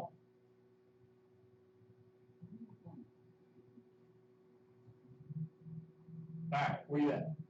Proverbs chapter 29, verse 2. All right. When the righteous are in authority, the people rejoice. But when the wicked bear rule, the people mourn. See that? Why is the earth in mourning right now? Because the earth is given into the hands of the wicked. Y'all see that? If the righteous was in authority, we would all be rejoicing right now. Y'all see that? But they're not. All right. So let's go back to Revelation 6 and 4. And those are just some scriptures to prove you that Esau was given that power to take peace from the earth. Y'all see that? Because when the righteous are in authority, the people rejoice. But when the wicked are in authority, the people mourn. Okay, well, who's in authority? Let's look. Y'all see that? Let's turn on CNN or CNBC or any of those or anything that got to do with politics, and let's see who's running the earth right now. It ain't black people. They ain't Chinese. They ain't pygmies from Australia. Y'all see that? It ain't Native Americans. It ain't Mexicans. The list is getting real narrow. Gaddafi got a pole stuck up his butt, and he's dead. All right. Saddam Hussein ain't doing it. So they say they killed him. Huh? Hugo Chavez, Hugo Chavez, right? Even seriously got a cancer illness. A cancer that 7 other leaders shared exactly with him throughout Central and South America, and those 7 leaders happen to all be against America. Yeah. Yeah. And he was Venezuela, right? Yeah. Where coincidentally, now that they got him out of power, they all starving to death now. Nice. Y'all see that? Well, who took that from them? The wicked. See that? And that new president they put up in there, that ain't the one that Hugo Chavez approved of. That ain't his successor. That's somebody they put in as a puppet. So they could take the economy and then they go in there and say, hey, we're going to save you. We're going to bring back your economy. All you got to do is be democratic. Y'all see that? You just got to have democracy down here. And be up under America. Whatever we say goes, and we'll give you everything back. Oh, and we don't need to borrow some of that oil, too. Meaning that you sitting on the richest oil deposit on the entire planet of the earth. Y'all know that's Esau's blessing, right? What do you think the fatness of the land means? Land ain't got fat on it, but what is oil? Oil is fat, right? And you cook down that bacon or you cook down that piece of meat, it drips off of there like oily, right? That's that fat. They deal with the oil, the fatness of the earth. That's why when another nation try to have it, right? When Asher tries to have it down there in Venezuela, what they do? Nah, that ain't for you. Y'all see that? That's for us. That's our blessing. We get that. When the Iraqis try to do it, that's ours too. All right? We'll give you a white man president and make all y'all Ottoman Turks and everything, and we'll take that oil. Y'all see that? They get the fatness of the land. That's their blessing. Y'all see that? And the dew of heaven. The water to fall down. They put a copyright on the water. You can't even collect your own water now. Yeah, you can't collect rainwater. It's illegal. They can come lock you up.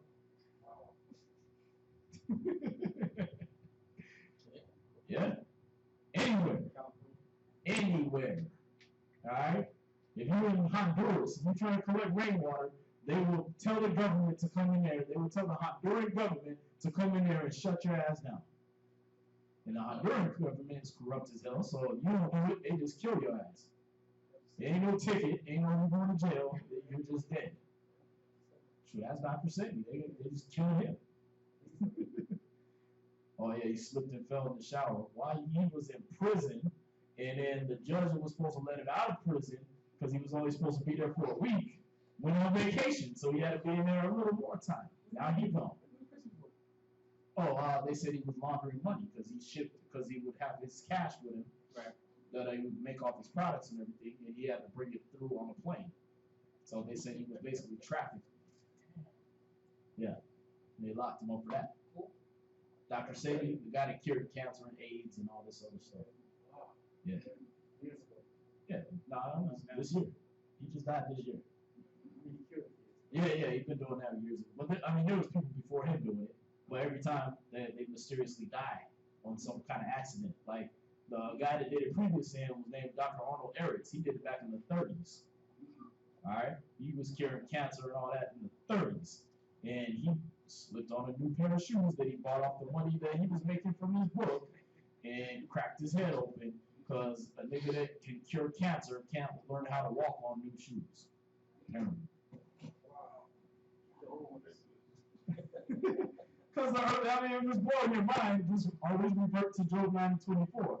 The earth is given into the hands of the wicked, not the righteous, not people that want people to not die of cancer. No, it's given into the hands of the wicked. You understand? They don't give a damn about little Timmy with cancer. Y'all see that? They just want little Timmy to make sure he keep paying his $20,000 every chemo treatment. All right? And if he can't pay the next time, sorry. We can't give you that chemo you need. Y'all see that? Oh, by the way, the chemo we gave you, that's accelerating your cancer anyway. Plus, you got radiation poisoning, so you're gonna die a little quicker. And you're gonna die in the most painful way possible because your pee is acidic now, and it's gonna burn any part of your body that it touches because your pee, your urine is now acid. Wicked stuff, right? Stuff you wouldn't wish on an enemy, man. I was a chemo nurse, and I had to get out of it. If you came in, smell it. Yeah. Smell it, you get it. It's toxic. Just smell the urine. Yeah. I was watching that video, man. The dude says, his little daughter, they diagnosed her with cancer. He was taking her to the chemo and everything.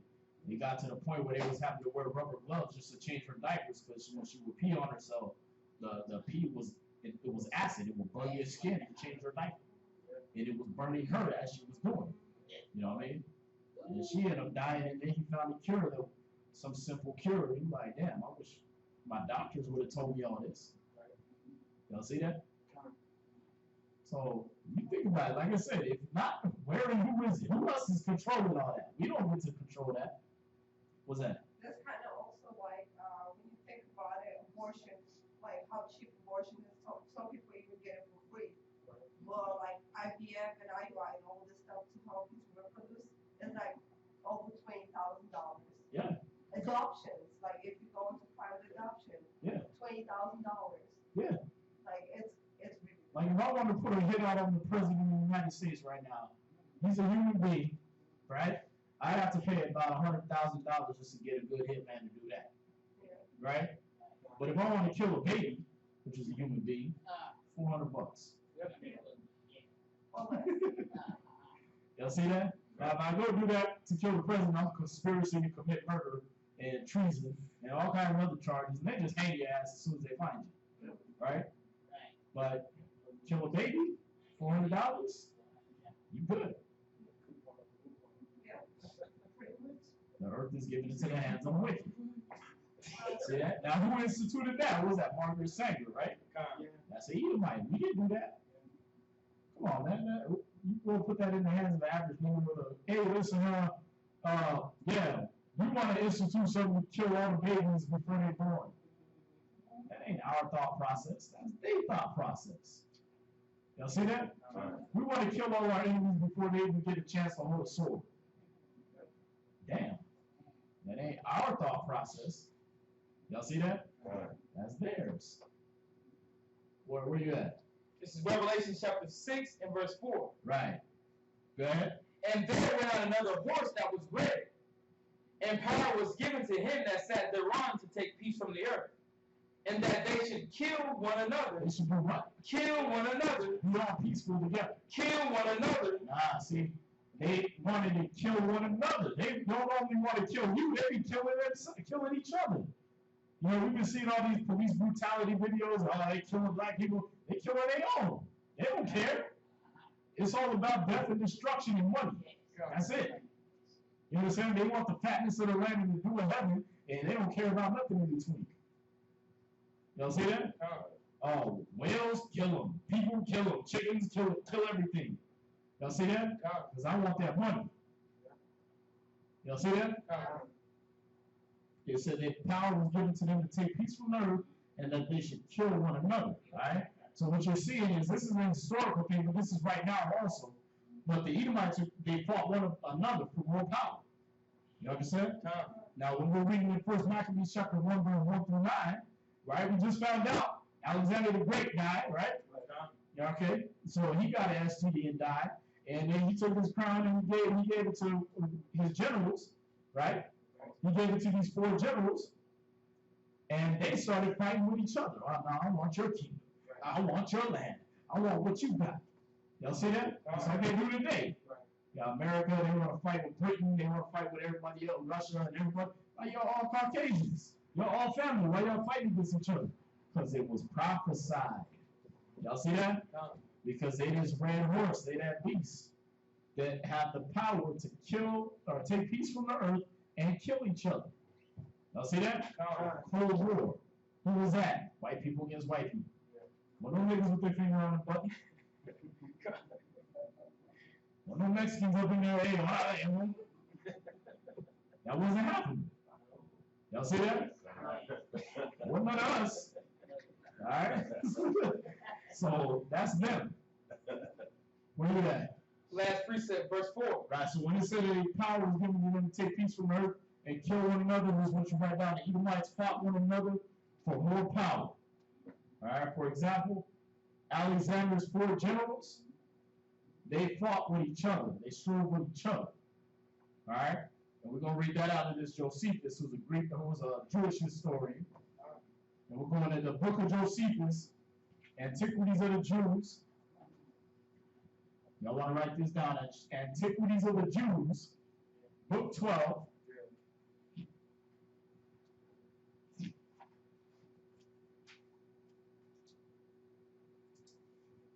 All right, so we're in Antiquities of the Jews, book 12, chapter 1.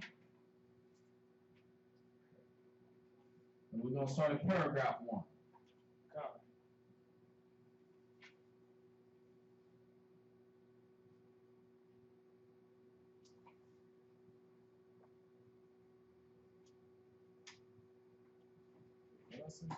Yeah, 308, page 308.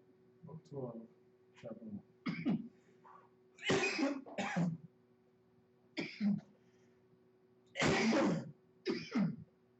Alright. So we're at Antiquities of the Jews, book 12, chapter 1, paragraph 1.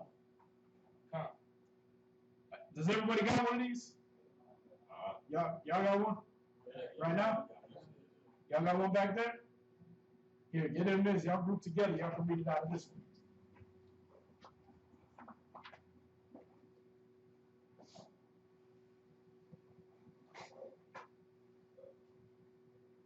See, I had another Josephus. It was telling when I wrote this down. It was telling me page 245. I had the brown one. All right, you're going to read that out of the Josephus, Antiquities of the Jews, book 12, chapter 1, paragraph 1. All right. That way you can see all these things coming to pass in history. Go ahead. Now when Alexander, king of Macedon, had put an end to the dominion of the Persians and had settled the affairs of Judea after the aforementioned manner, he ended his life. Right. And in his life, he did in a manner of speaking. All right. Yeah. But and as his government fell among many, Antigonus obtained Asia. Right. So Antigonus, this is one of his generals. He obtained Asia. So what you're looking at is when Alexander the Great died. All right. Antigonus took over Asia. Right. Know what it said? Yes, sir. All right. Go ahead. Seleucus, Babylon. Who? Seleucus? Yeah, Seleucus, Babylon. All right, Seleucus took over Babylon. So you want to write these down because it's that history. That's that stuff you need to know. These are actual historical names, actual historical facts that the scriptures told you about.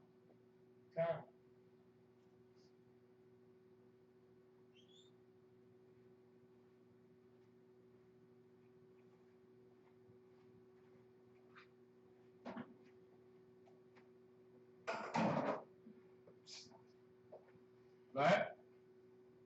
And the other nations which were there, Lysimachus, right? Lysimachus, governed the Hellespont.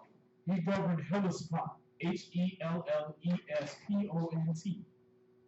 Alright, so each one of these generals got a kingdom of their own to rule over. They got a section of the land that Alexander the Great had taken over.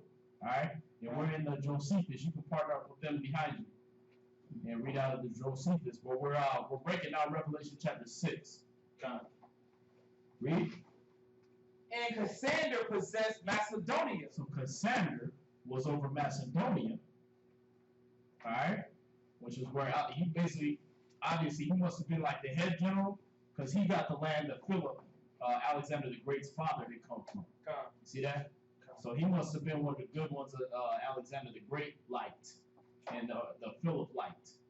All right, go ahead. As did Ptolemy. Right, as did Ptolemy. All right, go ahead. The son of Lagus. Siege upon Egypt. So Ptolemy got Egypt. He ruled over Egypt.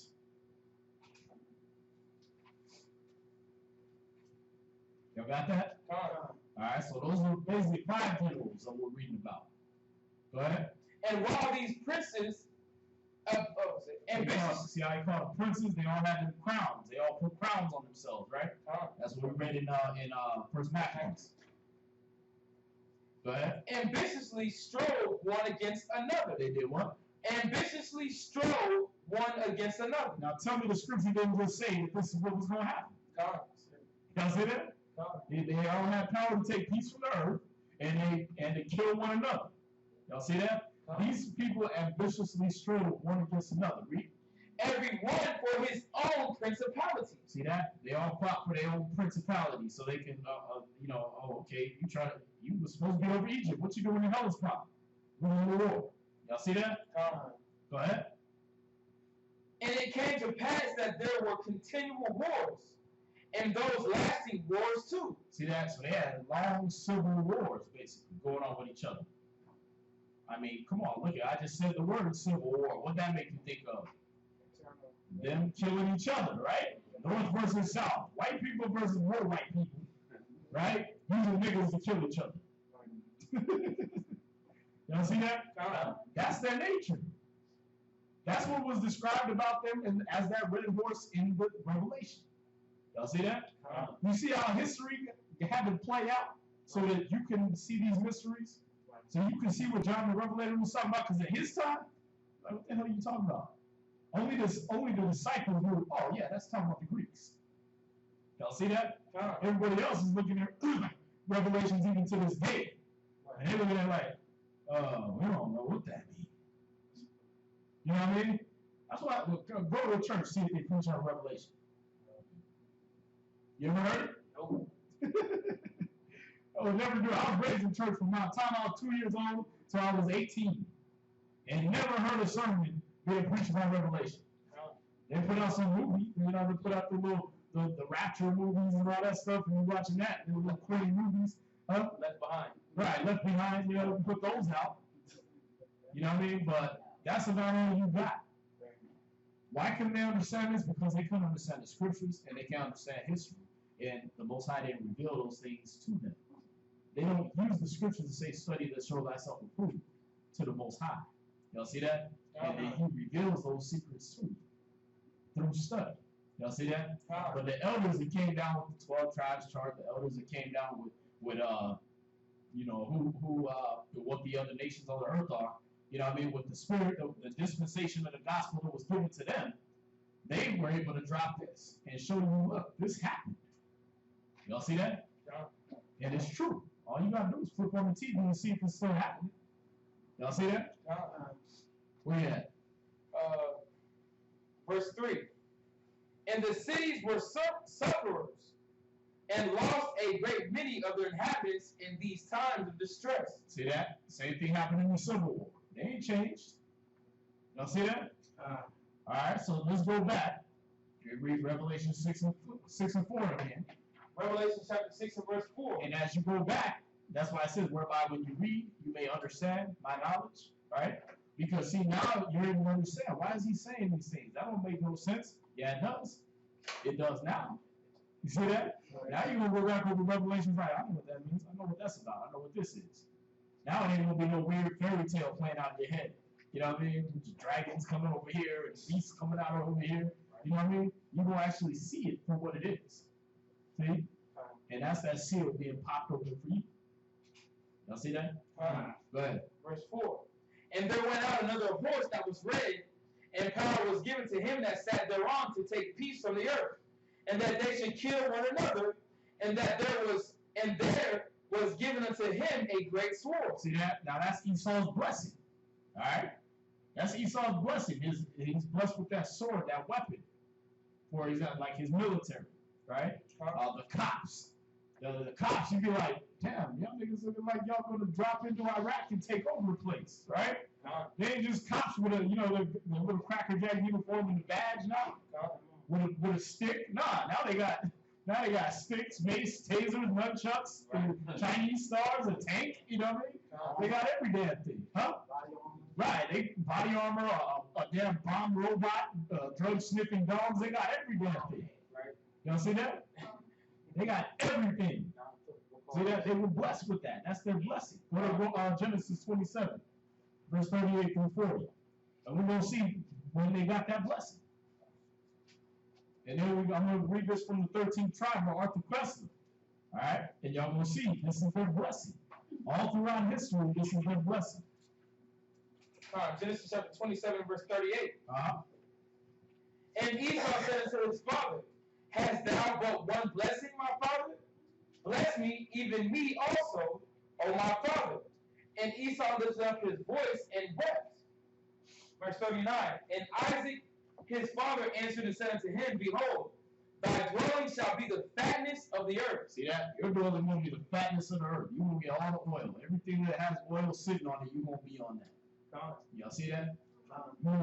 Houston, Texas. Right? You gonna dwell in the fatness of the earth. Go ahead. And of the dew of the heaven from above. And of the dew of heaven from above. You gonna own the water. You gonna be able to bottle it. You gonna be able to sell it. And ain't nobody gonna be able to fight against you about it. Y'all see that? Read. Verse 40. And by thy sword shalt thou live. Ooh, what was his blessing? And by thy sword shalt thou live. Y'all see that? And when we just read in Revelations, a great sword was given to him, right? Right, that's the talking about the nuclear weapons, man, and bombs. That's a great sword. That's a great weapon. Y'all see that? And that was given to him. Now check this out. I'm on page 89 of Arthur Koestler, the 13th tribe, talking about these so-called white men. One of their tribes called the Khazars. All right? And when you read about the Khazars, specifically, you're dealing with says in this island Novgorod, there are men to the number of 100,000, and these men constantly go out to raid the Slavs in boats. See that they fight against each other.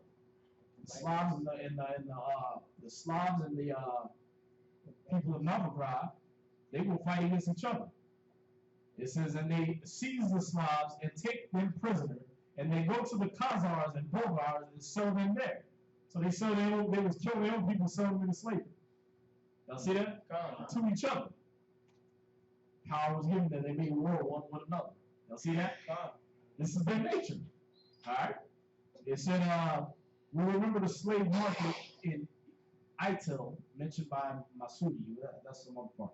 They have no cultivated lands, nor seed, and live by plunder from the Slavs. See, they don't have their own land, their own farm techniques. They don't know how to do that. They just take over whatever somebody else got. Y'all see that? It said, when a child is born to them, this is the key part right here.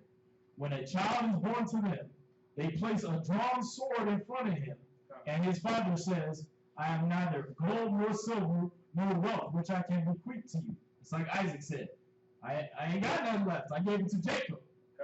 Y'all see that? And your brother came by subtlety and he got your blessing. Oh, but you ain't got but one blessing? Okay, well, yeah, you will live off the fatness of the earth and the dew of heaven, and by your sword shall you live, right?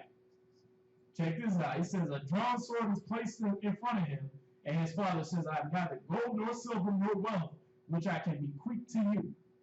This is thine inheritance. With it, procure or secure prosperity for thyself. Secure. Y'all see that? That's the blessing, man. All throughout history. Y'all see that? History telling you, the Bible telling you, the news is telling you. I don't know what else I can give you. If you don't know that the Esau's a so-called white man, there ain't no hope for it. Y'all see that? You might as well deny all the tribes on the side too. Y'all see that? Where you at? This is Revelation. So once again, now you get to go back over and read it and see, damn, okay, so this person on this, this is a person in this seat of authority, the red person in this seat of authority, that is now given power to take peace from the earth, and he's gonna fight with his own people, and he's gonna be able to have this great weapon. He's gonna have weapons as his gift. Now I know who that is. Y'all see that? Now I know not to be running around with my knife talking about I'm gonna start the race war. That ain't your gift, bro. Y'all see that? They got a great sword. You got a dagger. You know what I mean? You run around holding a 9mm sideways, and they got their finger hovering over a 40 megaton nuke, and you think you gangster. You know what I mean? They'll blow your whole race off the planet with a touch of a button, and you sit there with a knife thinking you're gonna kill somebody. Right? That ain't gonna work out. Y'all see that? Where you at? Genesis chapter 6 and verse 5. And when he opened the third seal, so now we're on the third seal. All right, go ahead. I heard the third beast say, "Come and see." Right, go ahead. And I beheld, and lo, a black horse. A black horse. All right. So obviously you know this ain't a black horse, an animal, right? So what should I be seeing right here? What should be popping in my mental right now? Yeah. That's what they told you. That's what you got in the movies, right? Yeah. Oh, that's death. Black is bad. Black is evil, right? Now the red one was the evil one. They was the one giving power to take peace from the earth. The white one was the righteous. That represented Christ, right? In his righteousness, right? In his white robe stained with blood, right? So now we get into the black horse. Take out of your mind that white is good and black is evil. You know what I mean? That's it. Nah, there's red. There's colors in between there. All right? Remember, black is the acceptance of all colors. It's an actual color. It has all colors black blended into it. It does. White has no color. That's right. All right? So, no, there's no colors in that. It's the absence of color. You see that? So now you got to look at things in different terms. You can't just be like, oh, black and white. No. Black is now a color that you got to look at as having all the colors involved, right? Black is now a color you got to say, okay, this is something that is not necessarily evil. So you got to take those images out of your head because they do psychological studies, man. They do psychological studies, and like they done did it with our football teams. They dress one football team in all black, dress the other one in all white. And they let the white ones, they tell them to go foul everybody and be offsides and do this, do that. And they have referee after referee come in, and referee after referee they'll make the people in black, they'll make them do everything just the right way. They'll make all the people in white do everything wrong. The offsides, false starts, all this stuff, right? Face mask, low tackles, all that, right? And every single referee will rule against the black team. Y'all see that? It's psychological. They will rule whatever call it was, they rule against the black team because they was dressing all white. And you got it psychologically embedded in your brain, whatever's black is wrong. That's why when I said, who's on the black horse, he said death. Yeah, why? Because that's all they represented to you. When somebody died, they dressed in all black. Right. The reason you dress in all black is to carry out a pagan custom, man, where they used to burn the dead and the soots would get all over your clothes, so you just dressed in black to cut out all the BS. You ain't gotta have your white clothes and get all black. But you go to China, right? You go to China, they dress in all white. They dress in white linens for their funerals. Japan, see what I'm saying? It ain't an all black affair. Y'all see that? But you can mentally ingrain in your brain that black represents everything evil, death, sullen, guilty, right? All of that. So now this black horse, we're gonna break that down, and we're gonna find out what's this black horse. All right. So read it again. Revelation chapter 6 and verse 5. Uh-huh. And when he had opened the third seal, I heard the third beast say, "Come and see." And I beheld, and lo, a black horse. I looked and I seen a black horse. Now this black horse is talking about the period of the Dark Ages. That's right. This is the period of the Dark Ages. It's only ruled for 1,000 years. Yeah. Sort of. Yeah. Yeah. All right, this is the Dark Ages, the medieval time. All right, what they call the medieval time. MEDIEVAL. Y'all got that? All right. And also they call it the Byzantine rule. Byzantine rule. BYZANTINE.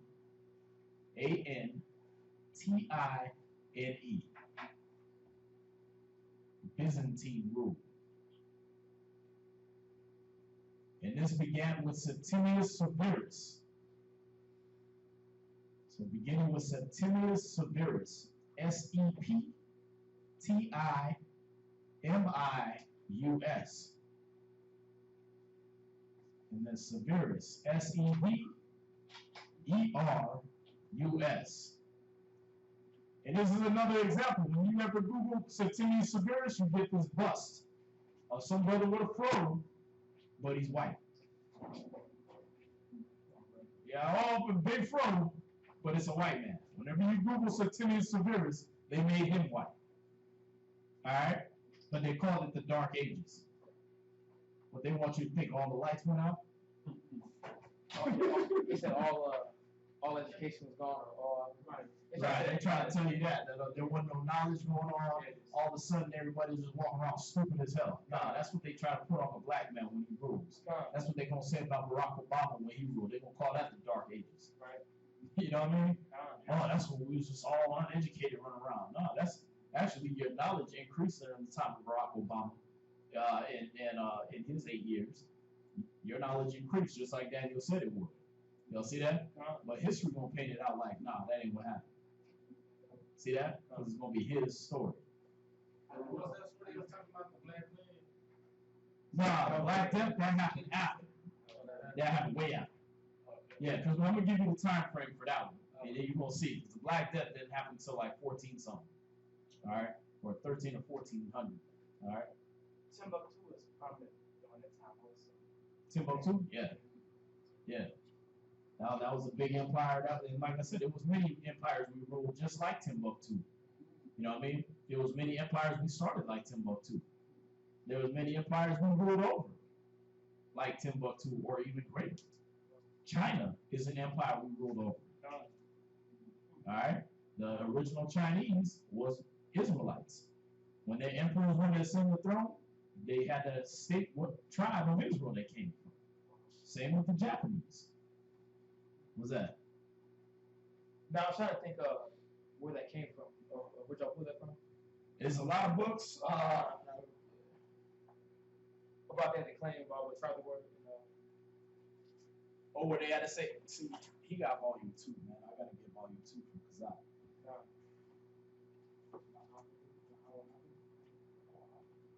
But yeah, this book, we're about to do a cable show on it tomorrow, man.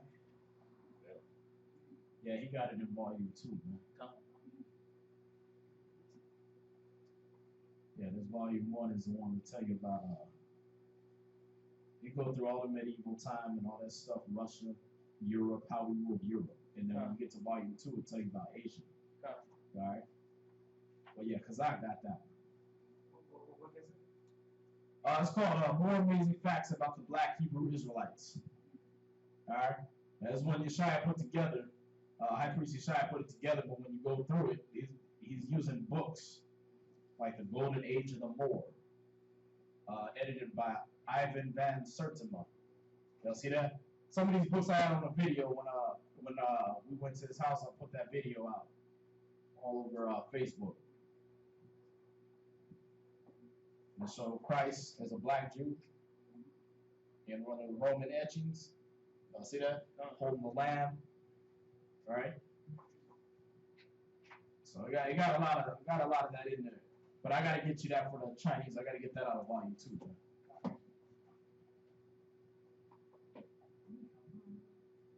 So y'all got Septimius Severus, right? All right. In 193 AD. So this is 193 AD. So Christ is dead in 33 AD. All right. And then about 160 years afterward. All right. Septimius Severus takes over as emperor of the Roman Empire.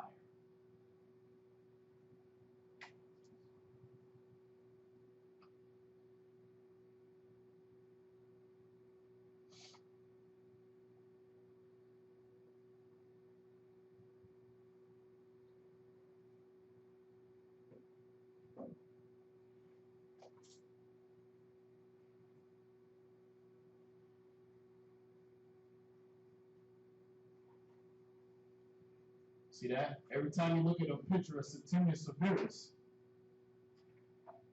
when you Google him, he got this great big fro. You know, some of them make him look like he got curly hair and stuff like that. And even one of them where he looks a little more Judite, they broke his nose off. But look, when you first go through, you get these images, right? Y'all can even pass this around. 1, 2, 3, 4 rows, 5 rows. You getting a white man with like woolly hair, looking like Seth Rogen or something like that. You know what I mean? But when you get down here to the 6th row, the first picture, you got a Judite. All right, you got a brother with a real dark skin and woolly hair. And then all the pictures after that, they keep doing the same thing. All these busts. Y'all see that?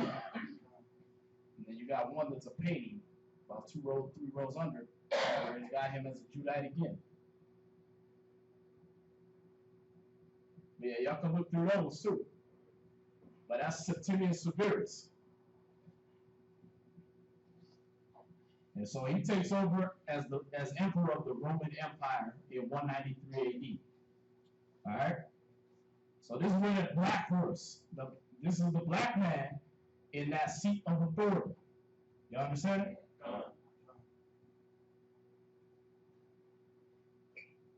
Y'all got it back there, right? Yeah.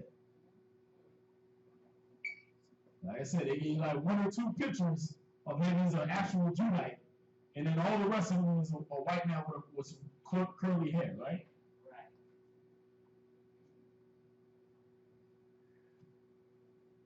All right, so let's read on Revelation 6 and 5. Revelation chapter 6 and verse 5.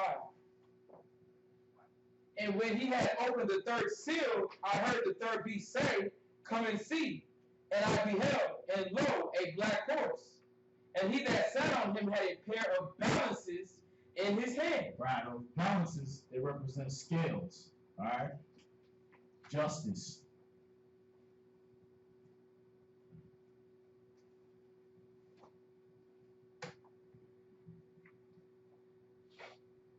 Y'all see that? So he had a pair of balances in his hand.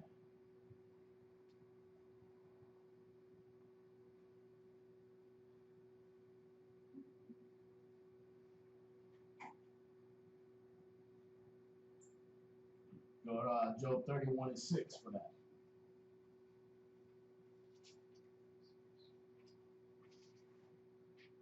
Job chapter 31, verse 6. Let me be weighed in an even balance, that God may know mine integrity. See that? So this was a man of integrity. He kept the scriptures going throughout the entirety of the Dark Ages. Him and his bloodline, as they ruled Europe, they made sure it was known as the Holy Roman Empire. That means he was ruled by the scriptures. Y'all see that? He maintained the integrity of the scriptures. He maintained the integrity of his Jewishness, if you will. All right?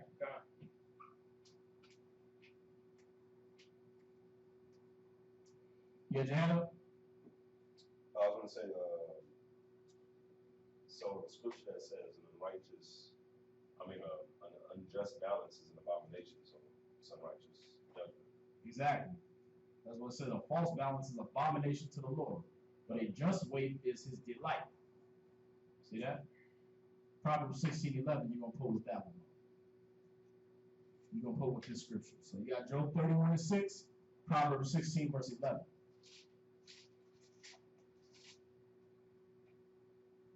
Proverbs chapter 16 and verse 11. I'm gonna show you, man. You ain't never had a position where you're too mighty to teach yourself or too mighty to learn something. All right. So as I'm doing that, I'm having to fill in my notes. I'm having to fill in my notebook and say, okay, we're gonna use these scriptures now. Y'all see that? Proverbs chapter 16 and verse 11. A just weight and balance are the Lord's. A just weight and balance are the Lord's. They're the Most High's. So this man, he ruled under the Most High. He ruled justly and fairly for 1,000 years. All right? And I'm saying this man, his bloodline. All right? Go ahead. Verse 12. It is not. That's it. Right. So all the way to the bag are his work. All right?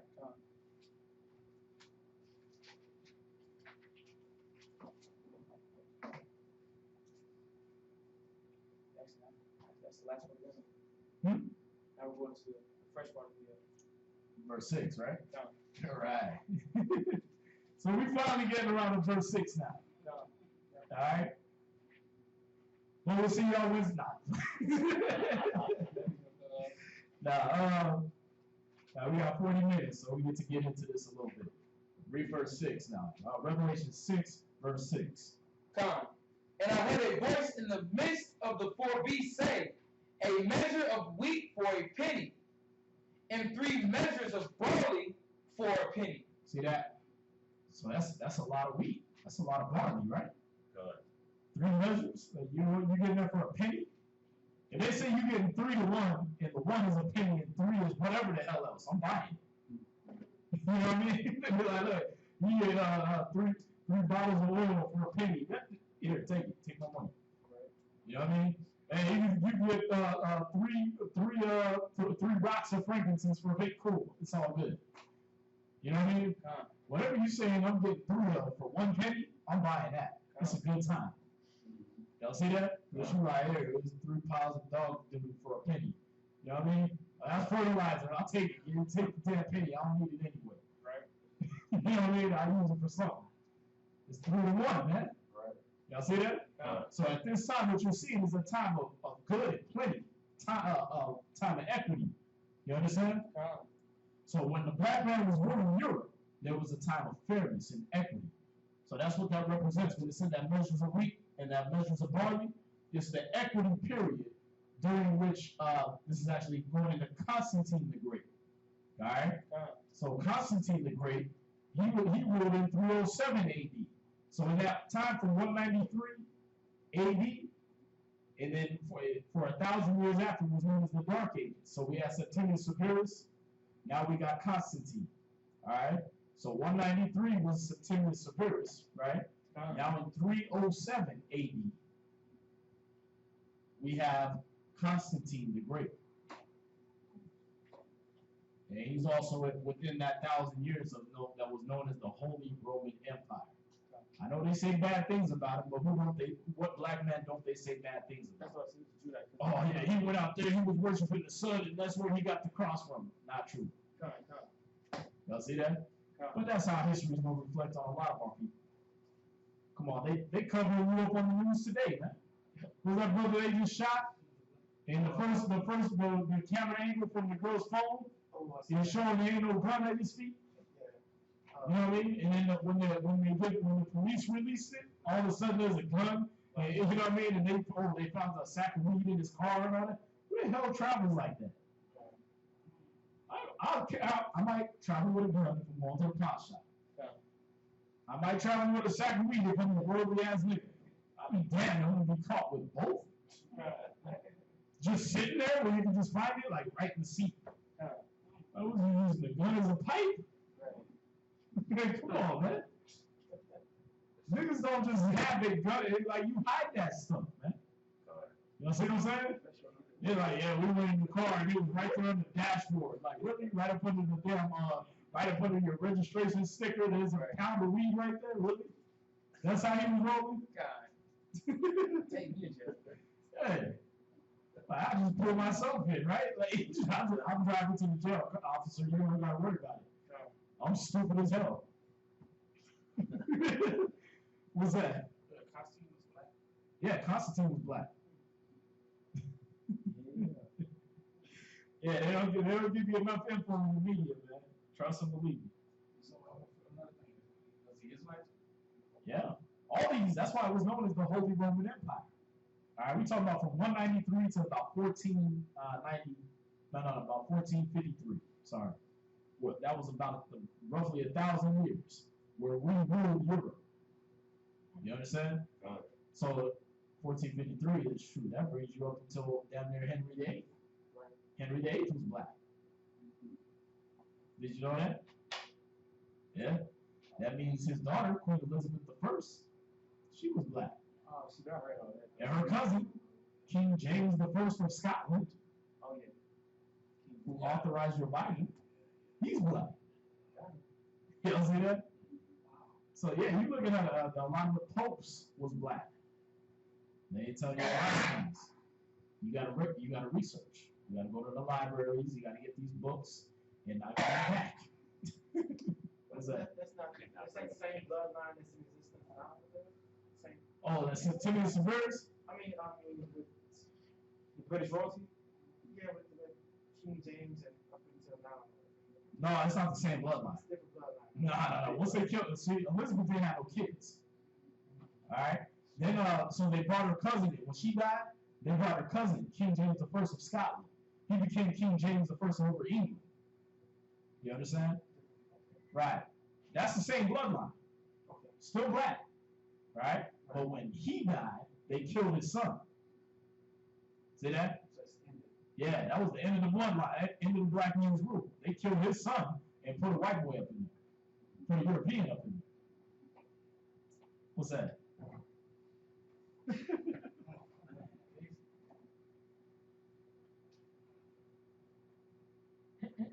Like I said, you know, a lot of people be like, oh, you're reaching. I doubt that. You weren't there. Okay, well, let's turn on the news. What are they doing right now to black people? Who's the queen of hip hop right now?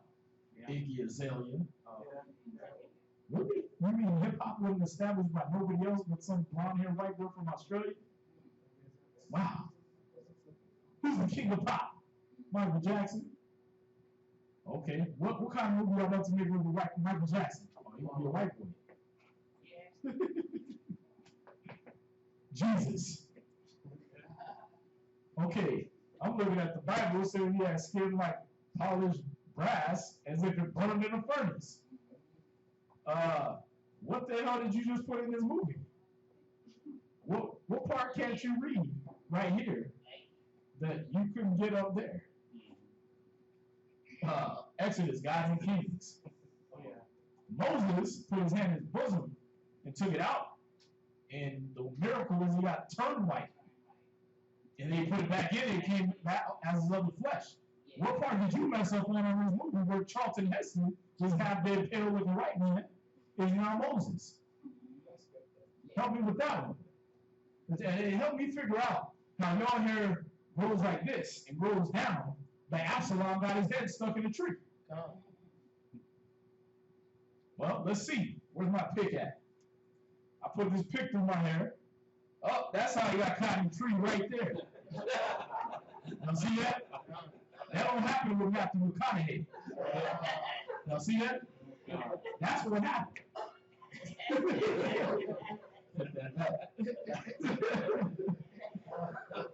Y'all see that? And like I said, if you got what I'm saying about the history, look what they know with the present. And it ain't so doubtful now. Y'all see that? Where we at? What was that? Constantine I was looking up? Yes, sir. Constantine 307. I'm gonna put the damn movie on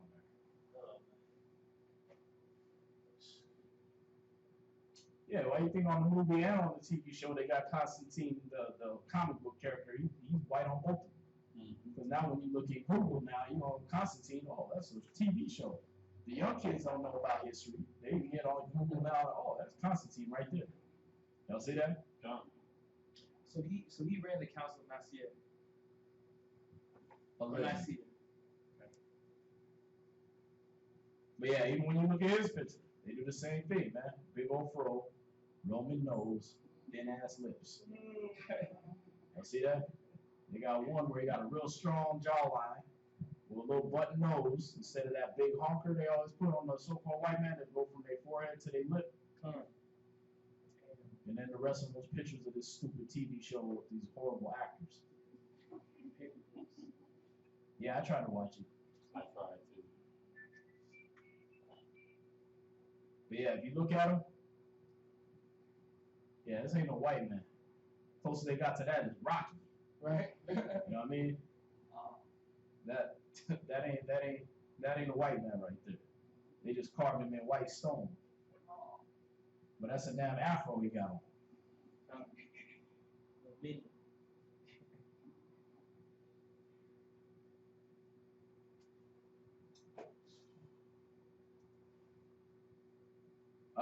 Go ahead, where you at? This is Genesis. This is Revelation chapter 6 and verse 6. Last precept. And see thou hurt not the oil and the wine. Right. So he said, read it from the top. And I heard a voice in the midst of the four beasts say, a measure of wheat for a penny, and 3 measures of barley for a penny, and see thou hurt not the oil and the wine. Right, so this is the equity period during which Constantine the Great, in 307 AD, institutes the Bible as law. All right? So that's why you have the Council of Nicaea and all that stuff like that. All right? And again, you're looking at history, and you know, most of it, you're getting hearsay. You're getting what people read about history and say happened. You got to actually go read them history books yourself. You understand? Read those histories yourself, because a lot of times you might get told something, oh yeah, they took that out during the Council of Nicaea, it was wicked. Okay, well read about the Council of Nicaea, find out what really happened. Y'all see that? Don't just listen to somebody's summary, especially if they're using the word, them niggas are wicked. You know what I mean? All right, look at the summary. Don't even believe me, go look at it. That's why we give you the information, so you can go back and Google it, go to the library, go research. Y'all see that? And find out what really went down. All right? Because the Council of Nicaea was probably actually where the Bible was being instituted as the law. Y'all see that? Because it wasn't when they took out the Apocrypha wasn't taken out until 1860 something. Y'all see that? So this is way before that. All right? Now we got Israel rules for 1,000 years. All right? So it's from 193 AD to 1452 AD. It's 1,000 years. Give or take. You said 193 to what, sir? 193 AD to, 1453 AD. 193 to 1453. So that was a period of equity, man. It was a time of fairness, all right, where the exchange rate was literally you can go. It's like not like now where a gallon of milk $5. Nah, 3 gallons a penny. Damn, I'm in. Y'all see that? All right. Go to Psalms 89 verse 20 real quick. Psalms chapter 89 verse 20. Come on. Y'all got it? Let me know y'all got it. Got a half hour, son. Let's see what we got. We ain't even on the first page of my notes. It's only 2 pages for chapter 6. Psalms chapter 89 verse 20. I have found David my servant, with my holy oil have I anointed him. With who? Now that's gonna go into the oil and the wine. My fault. That shouldn't be right there. That's going into the breakdown of what the oil and the wine is talking about. It says, "Hurt not the oil and the wine." Right? Read that again in 6 verse 5. Hold where you're at. Read Revelation 6 and 5. And when he had opened the third seal, I heard the third beast say, "Come and see." And behold, and lo, a black horse. Actually, it's like verse 6. And I heard a voice in the midst of the four beasts say, "A measure of wheat for a penny, and 3 measures of barley for a penny. And see, thou hurt not the oil and the wine." Right. See, he said, don't hurt the oil and the wine. He's talking about the anointing. Y'all understand? Because that oil, like we just read in Psalms 89 and 20, is talking about the anointed. All right? You, Israelites, are the anointed. All right? Read that Psalms 89 and 20 again. Psalms chapter 89, verse 20. So for this period of 1,000 years, Israelites wouldn't get touched. All right? We was ruling. All right? Read that. I have found David, my servant. With my holy oil have I anointed him. See that? So David at this point, as the king, represented all of Israel. I've anointed Israel as my servants. Y'all see that? All right. So it said, hurt not the oil and the wine. All right. So the oil is the Most High's anointed. The wine is the Most High's vineyard. All right, which is Israel. We're gonna prove that one. Isaiah chapter 5, verse 7.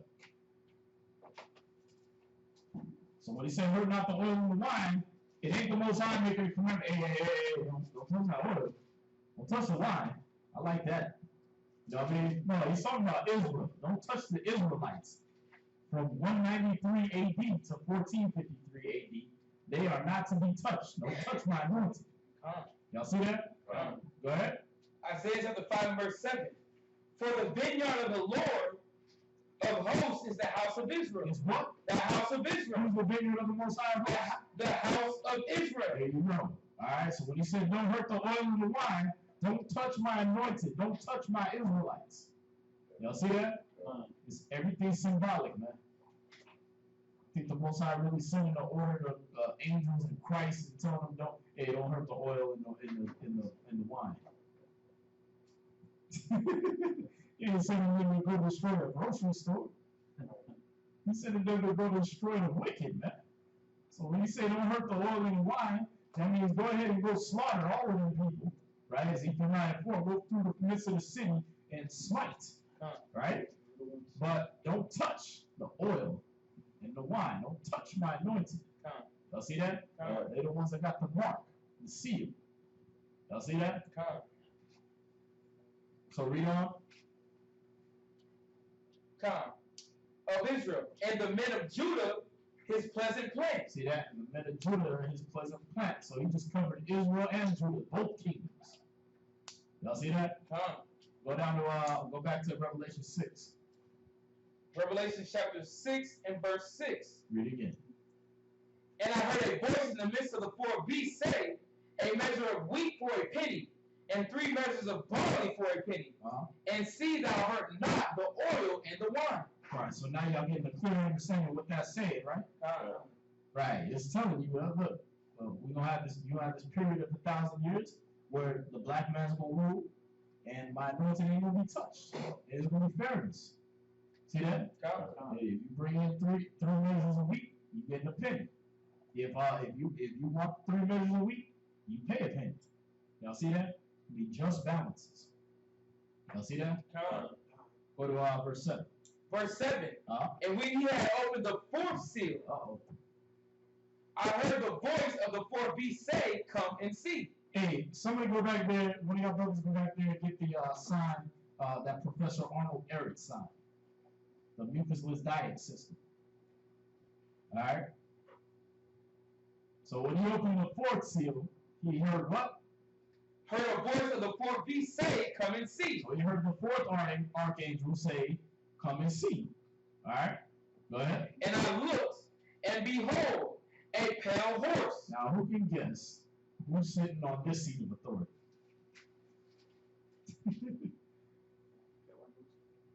Who's the pale horse? Who's pale? He's doing what Esau again. Y'all see that? And we don't get that out of this this sign right here. It comes from the book called the Mucusless Diet System. All right, you gotta get that quick, guy. Or read on. And his name that sound him was Death. His name was what? Death. Oh, what? Now, that doesn't make sense. Because you just said it was Esau, brother. Right? This represents the Edomites re-emerging into power. This represents the Edomites re-emerging into power as the Ottoman, that's Ottoman, Ottoman Turk Empire. So you can put a hyphen in between that Ottoman/Turk Empire. That means they were known as the Ottomans or the Turks. All right, Turk was like a derogatory term for white people over there in Europe. All right, so they said the Turks are coming. The Turks are coming. That was their nigga for white people. All right. This is a book called The Mucusless Diet System by Professor Arnold Ehretz. This is the man I was talking about that cured cancer back in the 30s, and they killed him. You can buy this book for $5 now. All right. It's a little thin, little tiny book. See that? All right, so y'all see that? All right. Write that down if you want to get the book. It's $5. All right. I had a copy of it. I gave it to somebody else so they can understand what they're dealing with. Huh? Yeah, y'all got it. It's gonna be there. I'm gonna pass it around. Because I gotta read off the back. All right, I gotta read off. This is one of the pages in the book. Come on. Oh yeah, good. Is it on it? Yes, sir. All right. It says, and this is Professor Arnold Ehretz. He's a so-called white man. All right, German. All right. He's saying this, not me. I didn't write this. He said, in my first published article, I promulgated the gigantic idea that the white race is an unnatural, a sick, a pathological one. First, the colored skin pigment is lacking due to a lack of coloring mineral salts. Second, the blood is continually overfilled by white blood corpuscles, mucus, waste with white color. Therefore, the white appearance of the entire body. The skin pores of the white man are constipated by white, dry mucus. His entire tissue system is filled up and filled out with it. No wonder that he looks white and pale and anemic. Everybody knows that an extreme case of paleness is a bad sign. When I appeared with my friend in a public air bath after having lived for several months on a mucusless diet with sun baths, we looked like Indians, and people believed that we belonged to another race. See that? So if the white man want to get his pigmentation, you gotta lay off all that meat and potatoes and the stuff that this guy goes into in his book. You gotta lay off all those mucus-causing foods and take sun baths. All right, that way his body can accept the nourishment from the sun again. All right, that's showing you that's a curse. Whenever you gotta fast to overcome some illness or paleness or something like that, you had a curse on you, and now you gotta fast to get rid of it, right? Well, when you read this man's book, you gotta fast to get rid of that paleness. Y'all see that? So it is a sin, just like it said in Numbers 12 when Miriam got cursed with that leprosy, right? They knocked this sin upon her. This paleness is a sin. Y'all see that? Now he said the white race is the one that's running around pale. So I didn't say it. The Bible said it, and this man said it. All right? Martin Luther King ain't said it. Malcolm X ain't said it. Ain't no Black Power or Black Panther movement, none of that said it. These are scholars and the Bible.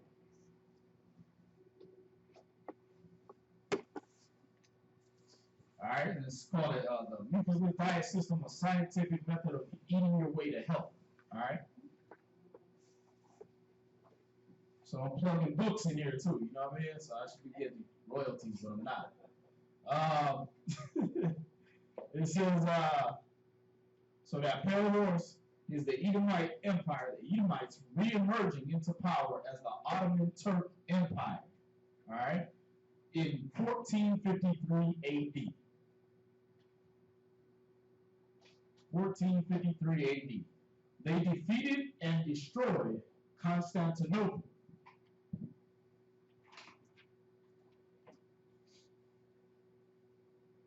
Now see that? Now I want you to read that again. Revelation 6 and 7. Revelation chapter 6 and verse 7. And when he had opened the fourth seal, I heard the voice of the fourth beast say, Come and see. And I looked, and behold, a pale horse.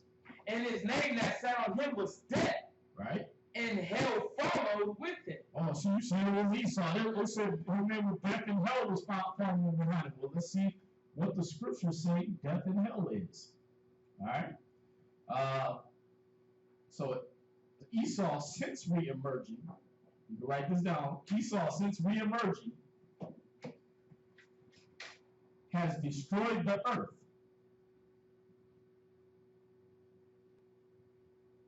The air, the water, and even the ozone layer. They say they're destroying that. That ain't happening, but they've been trying to do that. That's why they always trying to send some rocket up. They're trying to bust holes in the heavens. We were watching this a few commercials now where they were showing that the earth has that glass dome over it. You know what I mean? And they did a Hennessy commercial. And they showed the man breaking through that glass dome, and he went up, and there was waters above the waters, just like they say in the Bible. You know what I mean? But yeah, that's what they're trying to do. They shoot them rockets up for whatever reason. They're trying to kill their own damn self. You see that? Once you break through that's like being in the fish tank. You know what I mean? Or not even that. We'll say you in a snow globe inside the fish tank, right? And you in there in the oxygen, and there's water all around you. When you break through the damn glass top of that thing, all that water is gonna come in and kill you, right? That's what they're trying to do. Y'all see that? That's why they keep sending rockets and all that stuff like that. But that's another subject, man. But yeah, they destroy the earth, the air, the water, and even they trying to destroy the ozone layer and the food and all nations. They trying to destroy every nation. And that's why they were known as hell and death. That's why they everywhere they go, death comes and then hell follows with it. Right? I mean, look, ask the Native Americans. If I'm lying, ask the Native Americans. Ask the inhabitants of Papua New Guinea. Ask the original inhabitants of New Zealand. Ask the original inhabitants of Hawaii. Ask the original inhabitants of Australia. Ask the original inhabitants of South Africa. I mean, if you can find them, right? Because they killed them as death, and now, and what they left behind them, even with the remnant that's still there, they treat them like they in hell, man. You understand? You gotta go to our schools and talk like us and look like us, and shoot, you got niggas in Ghana, man, big yoke brothers, man, darker than you, trying to bleach their damn skin. I ain't gonna stop till all my skin is white. For what? You live in Ghana. You see that? It doesn't make no damn sense. But this is their nature. Alright? And again, I'm saying this not as a matter of racism and all that. Alright? The scriptures are telling you and identifying who these people are for you. Alright? Just like they identified the people that lost their first position, the angels that lost their first estate as Israelites. Alright? The ones that had the whole earth, and all you had to do was follow the laws of God, and you messed up on that. All you gotta do is not let a man put his penis in your butthole. Can you do that? Nope. All you gotta do, alright, all you gotta do is when you have kids, don't eat them. Can you do that? Nope. Y'all see that? All you gotta do is you see Timmy got his hand burnt touching the stove. Don't touch the stove. Can you do that? No. Y'all see that? That's why he brought us in the land of Canaan. He's like, look, go kill the sinners, the Canaanites. Go kill them. Why? Because I told them to do something and they didn't do it. So now I'm gonna take them off their land and put y'all in there. So what did we think was gonna happen? if we acted like the Canaanites when we got in there, you think he was gonna let us stay? Nah, get them out the land. Y'all Edomites go in there, take them out the land, and y'all can live there. Y'all can live off the fatness of the land. Y'all see that? Balance. Yeah. Y'all see that? So we do both ways, you know, they just black people are all innocent and sweet, white people are the devil. Alright?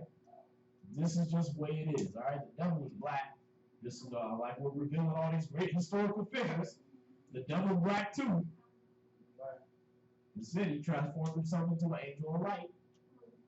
You think if it was just some white man coming through a black neighborhood, Eve wouldn't be sitting there listening? Oh yeah, that lady said, nah, she wanted it. You cursed. I ain't talking to you. Just like they do in Africa when the white man first sat down. The hell is that? What's wrong with your friend? You know what I mean? Y'all see that? She wouldn't have talked to him. The devil's black too. You understand? So when we're breaking over all these historical facts, you know, you got white people start curling up. Oh, they about to start putting me right. You know what I mean? Nah, that ain't how it is. All right? We give them the truth, history, and biblically. All right? Where you at? This is Revelation chapter 6 and verse 8. And I looked and beheld a pale horse, and his name that sat on him was Death, and hell followed with him. See that? His name was Death, and hell followed with him. Everywhere they go, they kill, and then they make everybody life and live in hell after that. Y'all see that? Watch this. Habakkuk chapter 2, verse 5.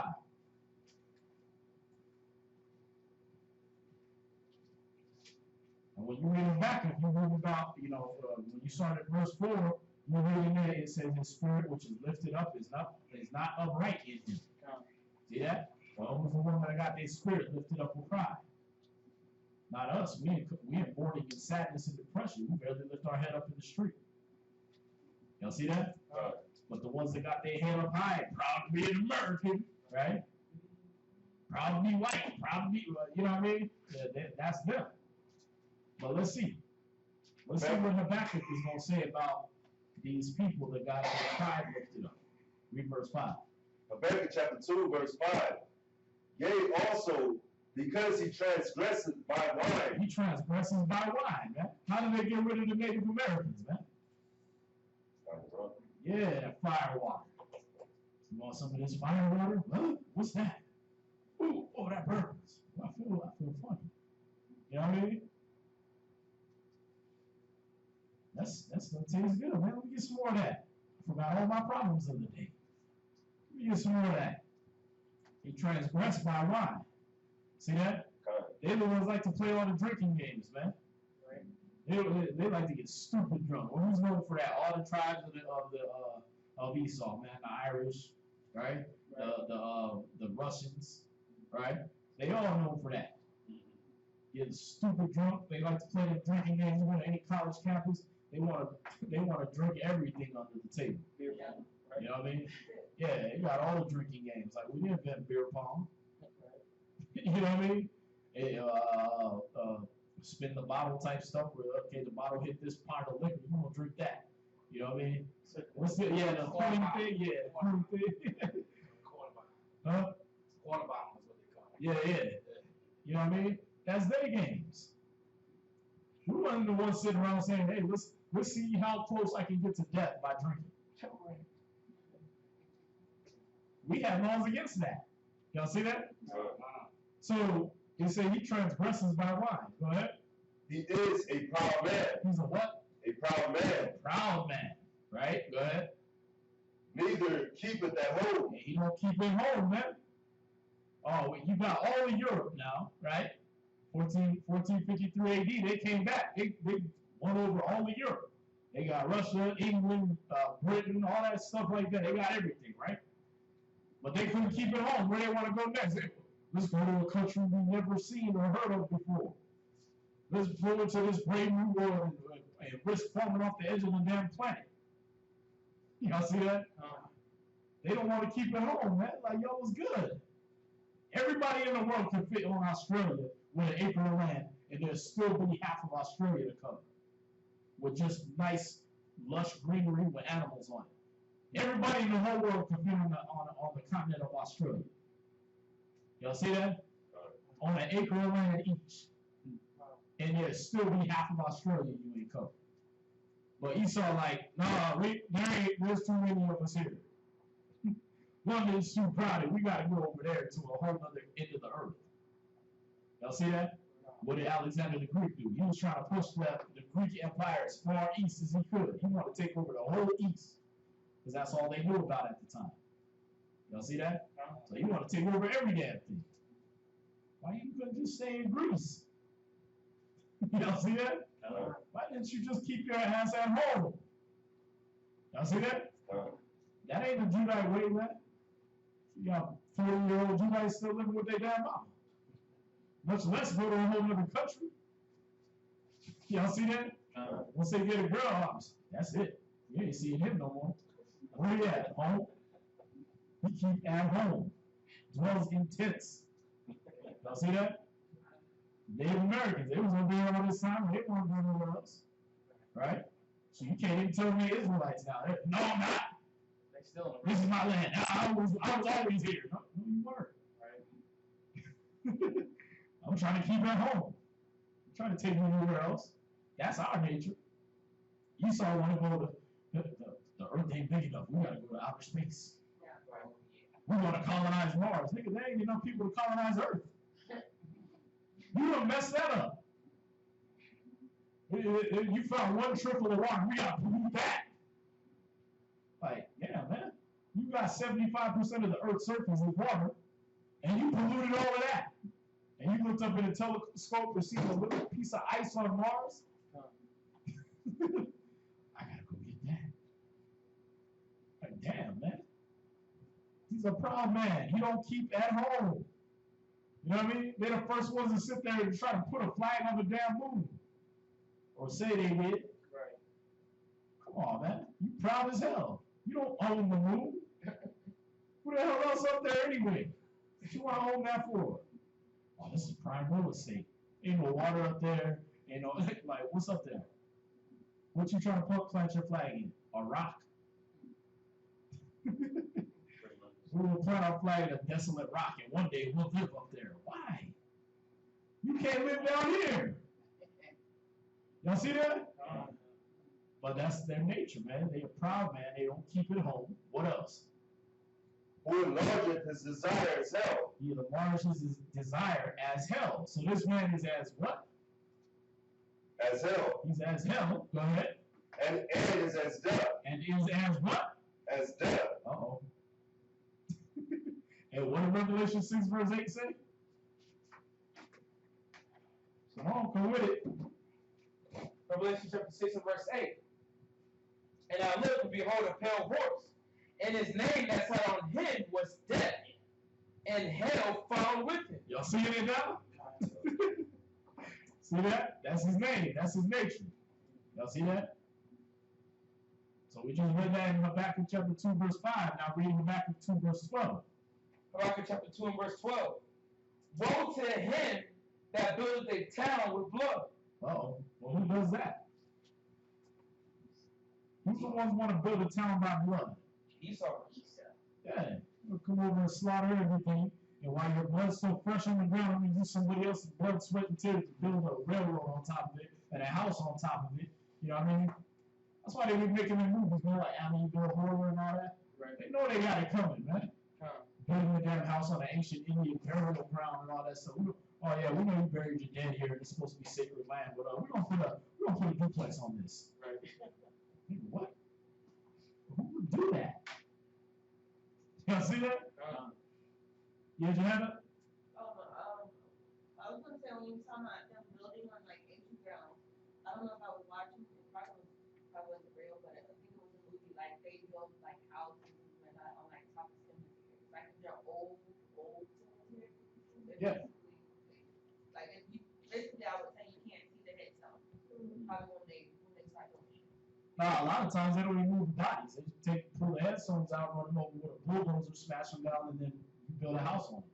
Wow. You know what I mean? That's what I said. You watch that movie Poltergeist, Amityville, all them. They know they got it coming. They know they put their houses on spirits. Yeah. You know what I mean? It's crazy. Yeah, they know. That's why they make them. They scared of that. They be walking around scared as hell of that stuff. Now I ain't never feared where I live, but I'm like, damn, if I knew, look, right up underneath my damn bathroom, in damn city boom, you know what I mean? I know I got something coming. What's that? I remember when we were kids, my mom and dad lived in a house, but we were all sleeping. Yeah. And she told us the next day that we had to move from out the house because there was a lot of moaning in the ground under the house. Yeah, moaning. So what I was saying during slave time, what they did is bury people in the ground and we build a house over. Yeah. Yeah. They large and border as hell, and they are as death. They must have been something. Oh no, that's real. Trust me. When you read in the Bible, when they took that man and he was dead, and they had dumped him, they had accidentally dumped him on the bones of Elijah. He came back to life. That spirit was still on them bones, man. Yeah. So yeah, when they building houses over, they know they got it coming, man. They know there's spirits on them.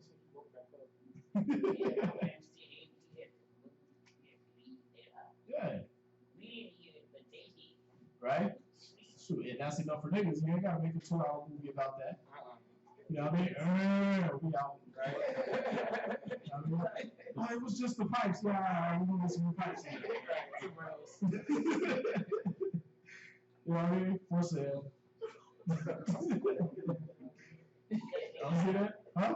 In California, where we went, they got a museum. They down a place where it used to be the slaves and all the people there. So when you go to that museum, you could feel the spirit.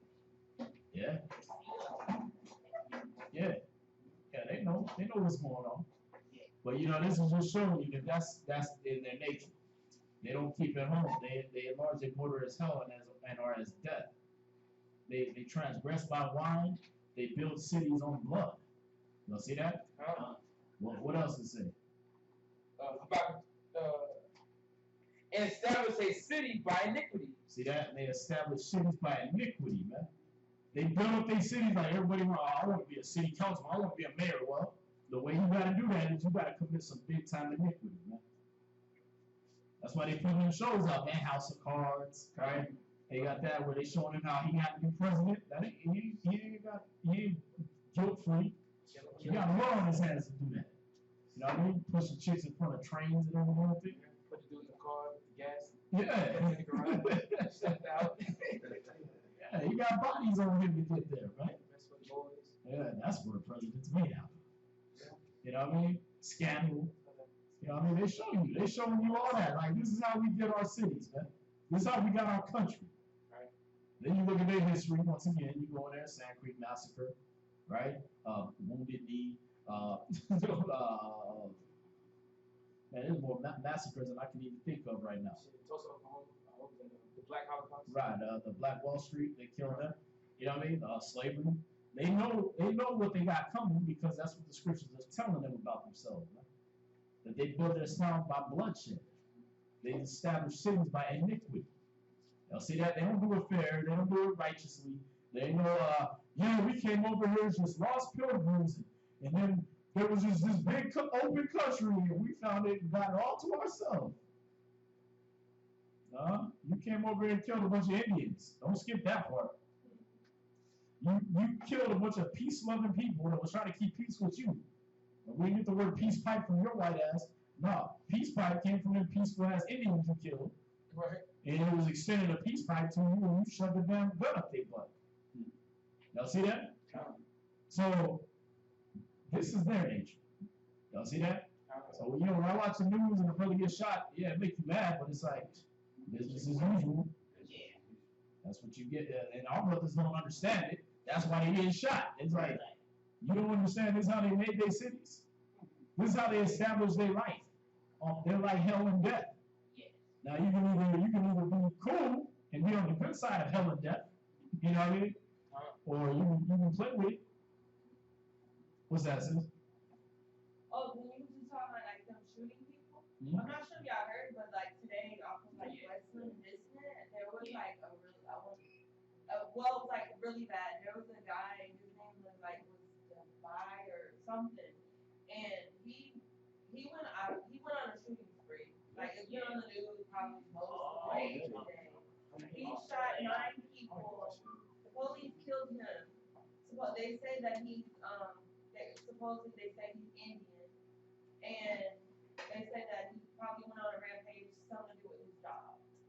Oh, they said He went from Randall to some other place and decided to shoot 9 people just randomly. It's not like he had a hit list. It was just like, okay, you're in my way, I'm gonna shoot you. Yeah, and that's probably that Edomite nature in them, man. Yeah, they all. And he looked like he was Esau. He looked like he was Esau, and they kept saying that, oh no, he's Indian, just based on his last name. When the last time you heard an Indian go on a shooting spree, man? They don't do that in India. They said he Yeah, had the cops he got had, sticks. Like, he had KKK stuff on. That's what they say on the news. so the Indian dude with KKK stuff on? Yeah. Wait. Indian like India or Indian like Indian? Like, No, like not a he fellow. was like Like from India.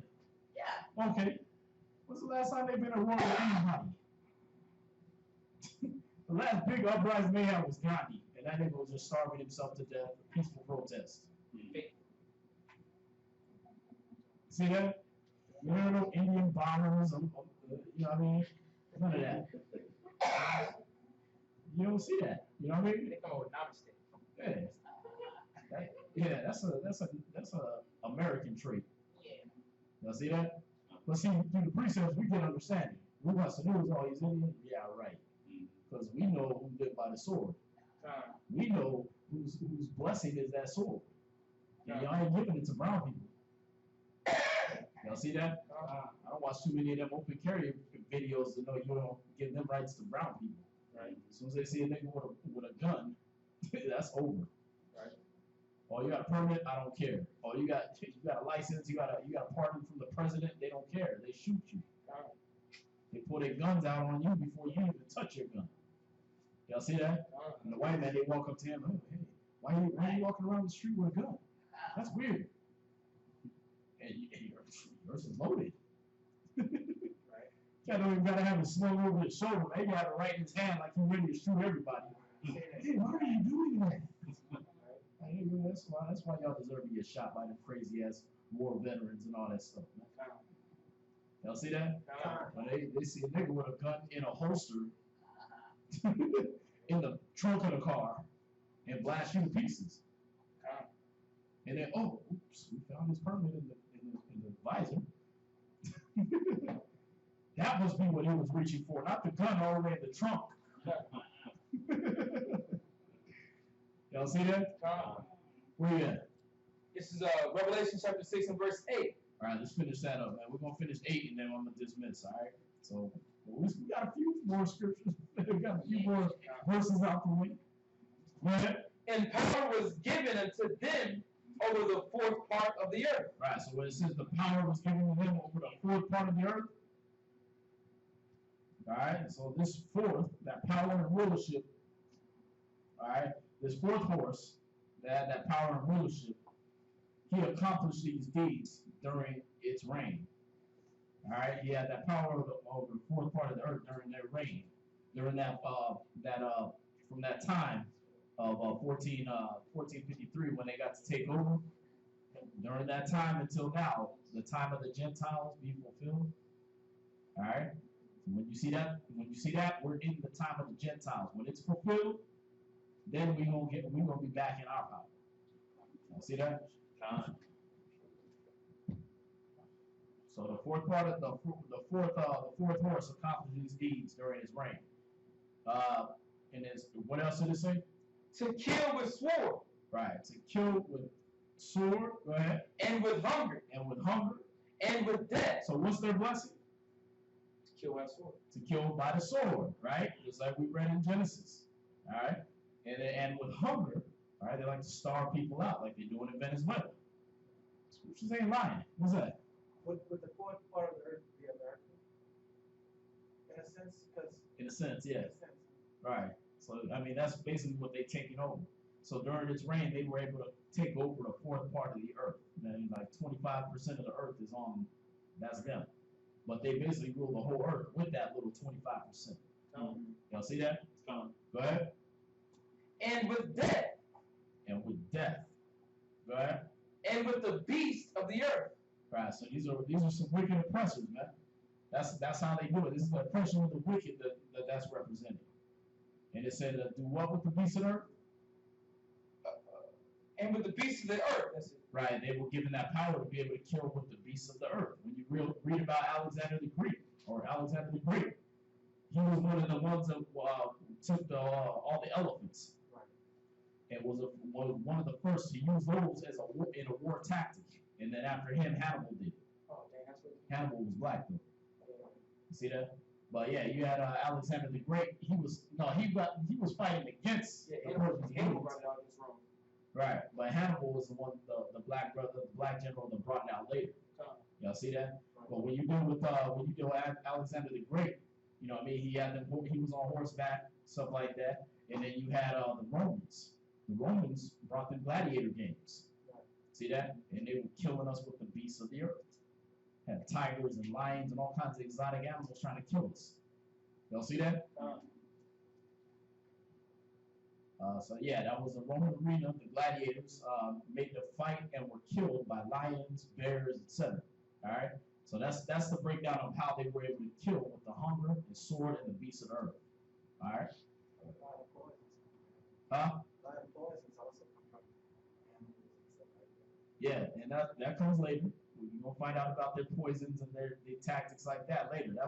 That came with especially with the Borgias. All right. The Borgias were masters of poisons, man. All right, they wanted you dead. Nobody even know. Oh, he just choked on some spinach. Nah, they poisoned it. You know what I mean? They sprinkle some stuff on it, and he gone. Y'all see that? All right, so we'll be in verse 9 next time. Try to finish it up. Try to wrap that up. All right. And y'all got a lot right there, right? You got a lot to research right there. It's some mind-blowing stuff. And, you know, you got to be able to see it. You got to be able to look at these scriptures and see that. Because they trying to reach and get some kind of personal power and trying to show you, like, we're more mysterious than anybody else. You can look this stuff up. It's happening on the news right in front of you. So, it ain't nothing that we're trying to make fit to our agenda. I'm not sure what kind of agenda I could even make out of that. Y'all see that? That's just what's going on in the world, man. All right. But with that, we're going to conclude class. We appreciate y'all out there in TV land watching us. Real quick reminder, we got the feast coming up on Memorial Morning, the trumpets on the 29th. And, you know, from whoever household want to give, we ask them for $40 from each household to put in toward meals and stuff like that. Everyone is welcome. Y'all out there in TV land, you're welcome to come celebrate that feast with us too. You know, if we can bring in the homeless, we're gonna do that. Whatever we got to go around, we're gonna do that. All right. But we're asking for that. Again, if you got donations, bring those. You know, monetary donations can be put in the Wells Fargo account. It's account number 101-580-6167. We don't get paid for this. All right. I think even the classes, you know, they all are original work and blah blah blah. But we put them on YouTube. We don't put them on monetized. So we don't get paid for sitting here for 3 or 4 hours teaching you. All right. So anything y'all can do will help. All right. But with that, we will conclude class. We appreciate y'all joining us. All right. This is ISB HPK at 8524 South Grayswood Boulevard, Houston, Texas 77071. All right, come join us for class Wednesday, 7 to 10 p.m. All right, with that, we're going to say shalom. Shalom.